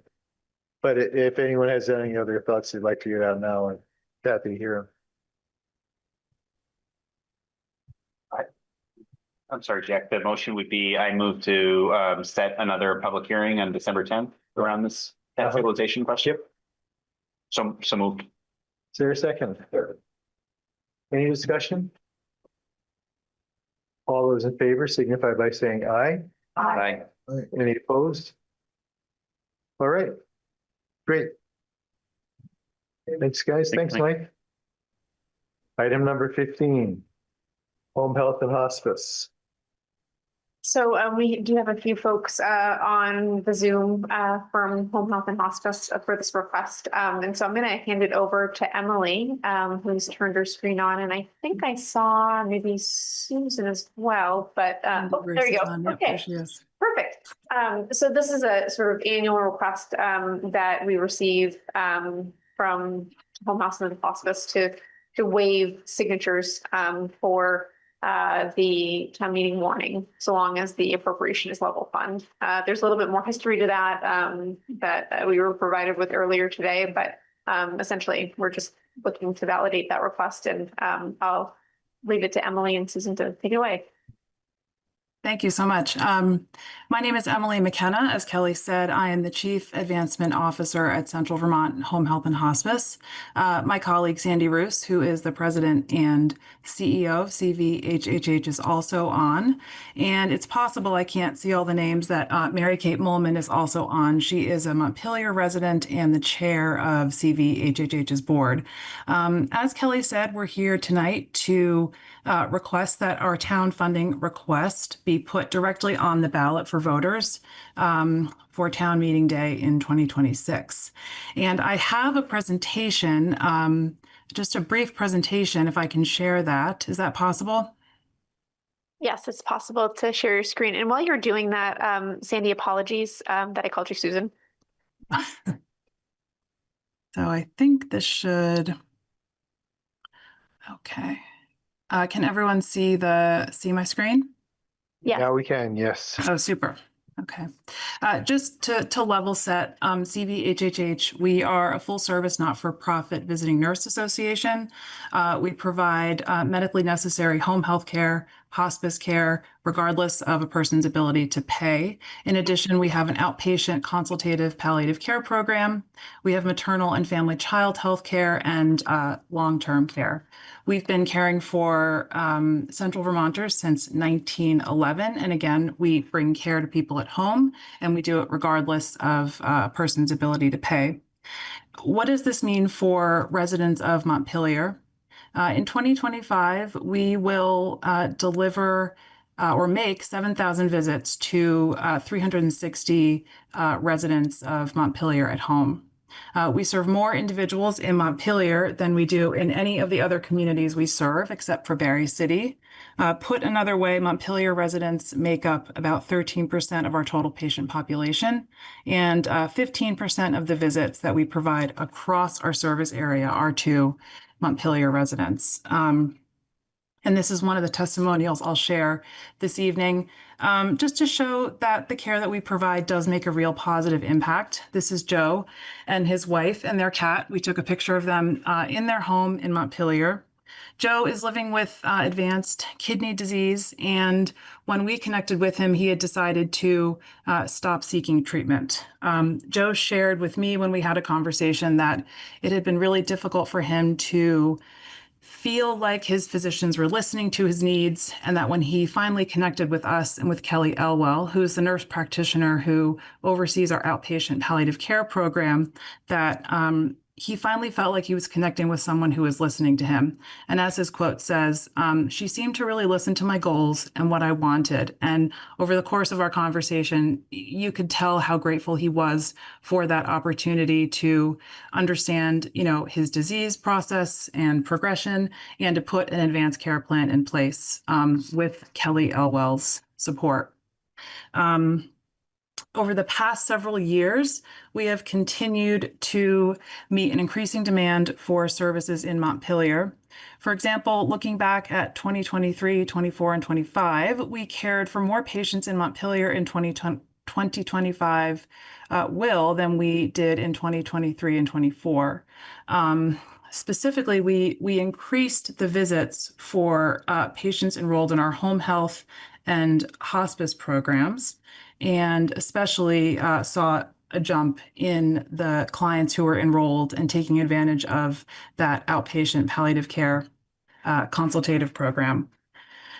Just a little bit of history. CVHHH has kept its town funding request in Montpelier level at $23,500 since 2020, and that's what we are asking the town and the voters to vote on town meeting day in 2026.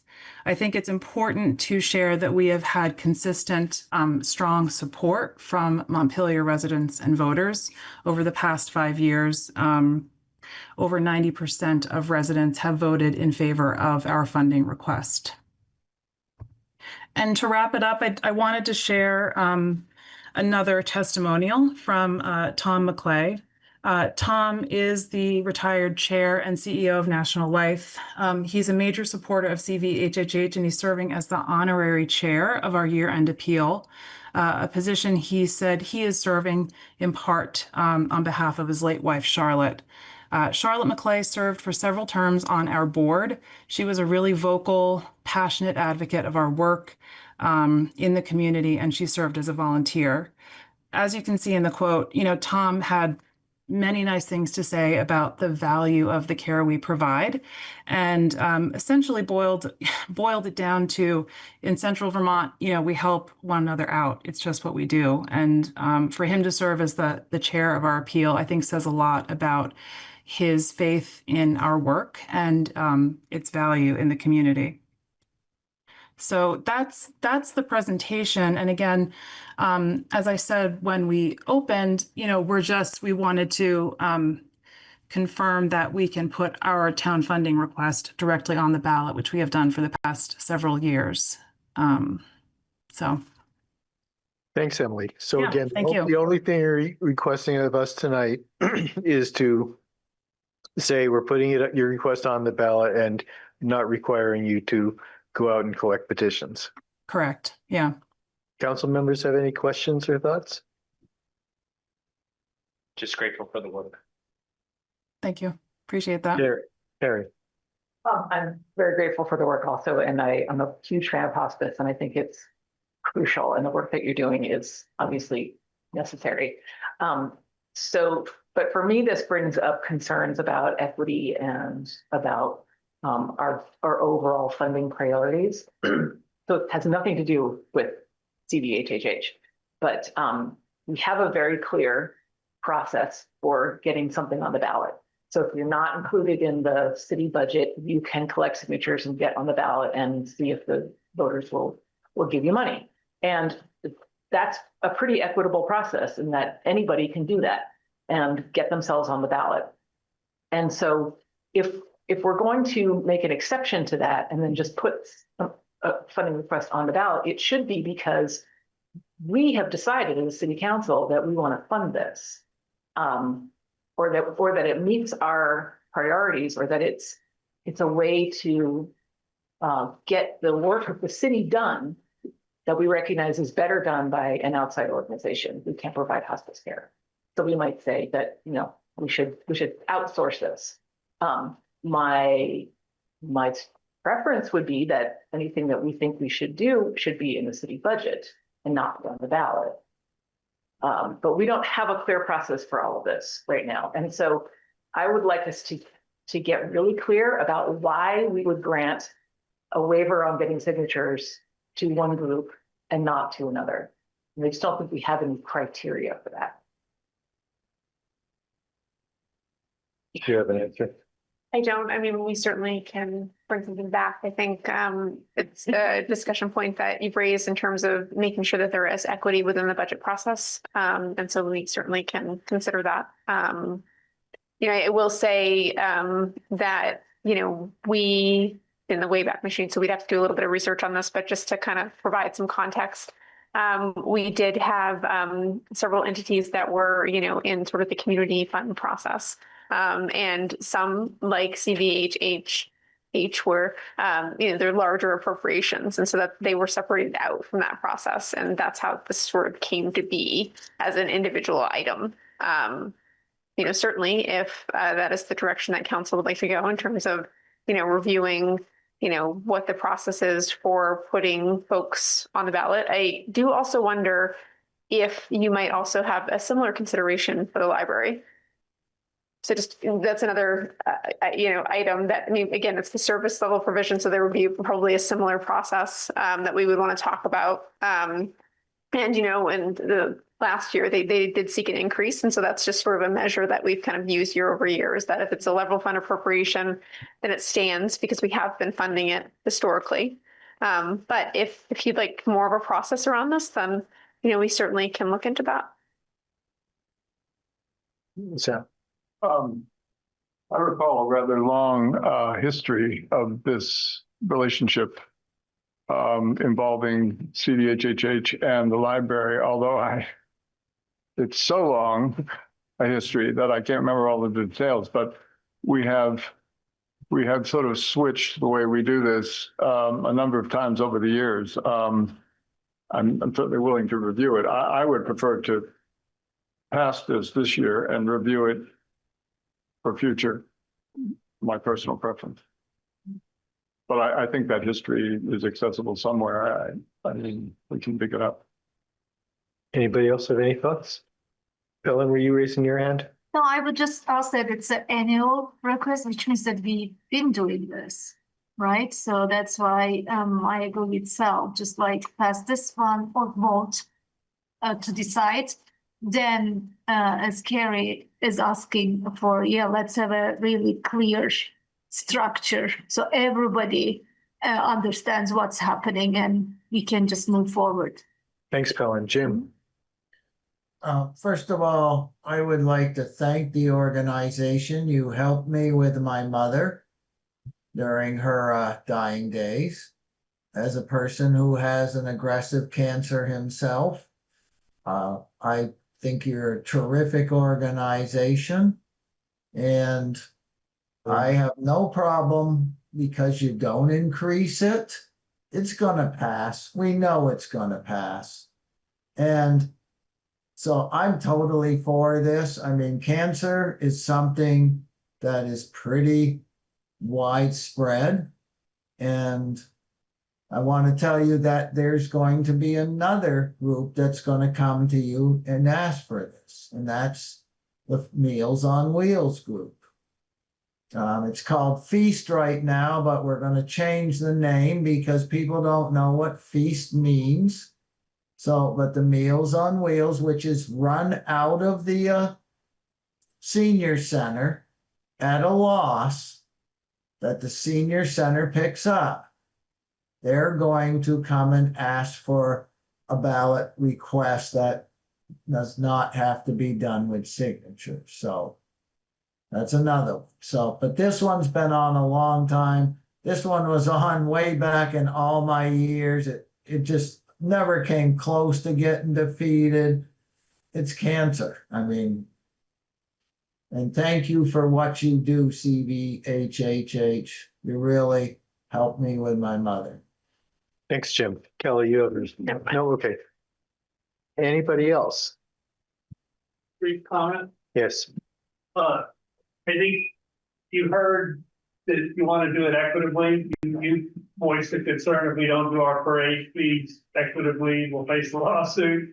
You know, it's not fair that the library has to scramble with pages and pages of petitions, you know, and you're just like, oh, sure, you can skip the petition. You ought to do it uniformly or not. And I think that's how you ended up with a policy a few years ago. And I don't recall all the machinations of that. But I don't think it's appropriate to be tossing out favors. How many organizations are out there scrambling, wondering if they're going to meet their petition thresholds, and time is running out. So Thanks, Steve. Yeah, and I think the difference probably is that the library asked for an increase, and so they didn't qualify under our policy, even though it's not written down anywhere. everybody's caught flat out. Dave. And they're doing more for the homeless than y'all are.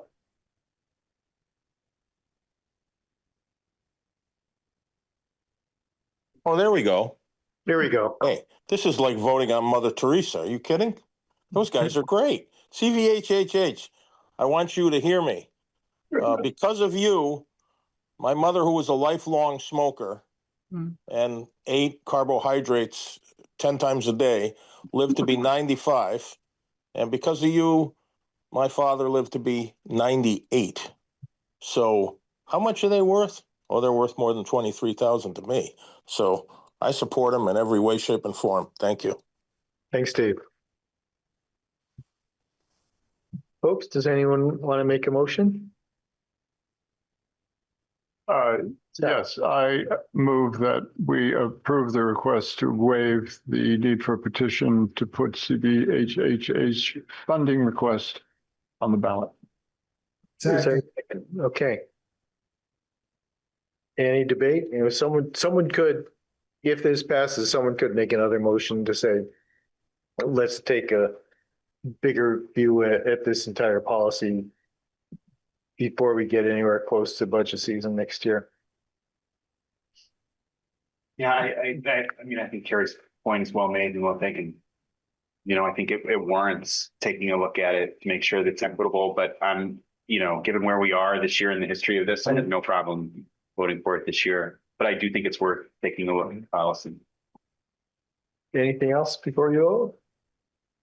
Carrie. I'm saying I'm just gonna vote no, not because I don't want to fund it, but because of all the reasons that I said before. It's really a matter of principle. I do think that the city should contribute money to CVHHH. I think it's a very appropriate use of city funds. I would love to see it as part of the budget. Same with the library. I think they should be part of our city budget. It's really kind of weird to me that we make the library ask for money separately, but that's how we do it here. So I will vote no, but it's not because I don't want to support CVHHH, and I will do what I can to try to get that conversation going about what to do in the future. Thanks, Carrie. Okay, I'll call the roll. Adrian? Yeah. Ben? Yes. Carrie? No. Jim? Yes. Helen? Yes. Sal? No. All right. Thanks for coming in, folks. The motion passed. Thank you so much. Time for city council reports. I'll start with you, Jim, because I can't see you, so I want to make sure I don't miss you. Okay, I didn't really have enough time to finish, but a medical condition I will only come to meetings when I feel it's absolutely necessary. Especially with the time change. My eyes have gotten worse driving down, especially around 6:15 is in the dark I did not drive for 7 years at the nighttime before I got on the council. So it's very hard for me to drive at night. I don't mind so much the late night one driving home because there's less cars, less people. But I'm pretty much going to be attending by Zoom until the next time change. But if I do feel it's necessary for me to come down, I'll make the up. Thank you. Thanks, Jim. I hope for whatever the best possible outcome is. Adrian. Carrie. No. Ben. No, I'm sorry, Sal. I'm sorry. I was going too fast. No, just a brief update on the RFQ. We had a site meeting on the weekend, or on Friday, I guess it was. Was it Thursday? How time flies. We had a pretty good showing. Maybe 20 people. Some companies brought more than one representative. It looks like we have some interest from a couple, which is good news. And we're looking forward to the putting the RFP together to come up with proposals in December. So thanks, Sal. Now, Ben. Yeah, I would just quickly report, I think it was last week, it might have been the week before, but the Resiliency Commission had an event at Mont College of Fine Arts, kind of marking the 2-year anniversary of the forming of the commission. It was just a kind of review of the work that had been done, the partnerships that have been formed, and kind of the next steps. It was a 2-year charge for the commission. So, the commission officially is kind of in winding down, but John Copans is going to continue on and bridge some partnerships that we'll be announcing soon. But I just want to say, I think we had about 120 people there, and it was a community meal. Turns out food really brings people out, and it was a really nice event. It was really nice to see people, a couple of years after the flood, still committed to thinking about how do we have a resilient community. And it was gratifying actually to see a lot of the work that has been done and is in the works. And Kelly was there and represented the city very well. It was a nice event. Thanks, Ben. Ellen. No report. Okay, and no mayor's report tonight. City clerk. A couple things. One, just a reminder that there are consecutive BCA and BOA meetings. Sorry, I'm staring at my screen because I have notes. Although the evidentiary part of one of the meetings of the BOA is still open, assuming you all show up, you can't vote on the final decision for the appeals unless you were there, or if you had viewed the video from the first part of the meeting. You can come, however, and be part of the quorum and be part of discussion. And I can resend out that video link if anybody wants. And I also want to take a second. I want to be cognizant and fair to Stephen's concerns that he expressed at the break about whether the city council can and or must act to waive service for legal papers, or if they even have the authority.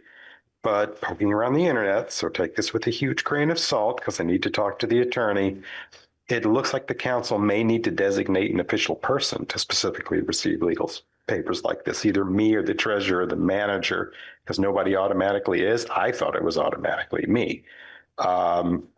And as far as waiving service, not required to take it up, probably would have to warn it as action.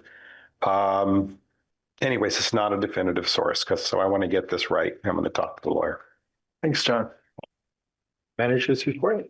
So just a few things, and it's a couple of IOUs. It's been super busy, and so we'll keep things running along here. But during sort of the homelessness committee, there was reference to the committee policy follow-up, and so we are going to be doing that. I mentioned this, I think, even last time, that we're going to get the subcommittee together one last, event here. And so I've got to wrangle that. And so my apologies for the delay, but it is in the works. So I just wanted to note that. The Public Service Awards, okay, when we talked about the first meeting in December being when we would bring sort of that forward. So we're going to work to that end. But I just wanted to put that out there as a reminder. The legislative delegation, I'm working on getting them in December. And so I looked at our committee list and I couldn't believe it, but we didn't actually appoint counselors to the legislative subcommittee. So what I would propose doing, and we can certainly take this up at the next meeting, which is next week if needed, but it's just having the prior counselors from those districts to serve in that capacity once more. And so I'll check in with folks and make sure that that's okay, but we'll just hopefully move along so that we don't have to have another agenda item because I'm trying to, smooth things out here. And then the last thing that I just wanted to mention that's on the list is we did have that really lovely event with Central Vermont Regional Planning Commission associated with homelessness, and there are several follow-ups associated with that. So, and Zach referenced that as well. And so while we work on the committee charge and on the committee structure, hoping that we can bring some of those ideas into that as well. So it's on my list of things to do. I haven't lost sight of it. I just wanted to put that out there. So that's what I got. Thank you. Thanks, Kelly. All right. And with no other business before us, we are adjourned at 10:25 p.m.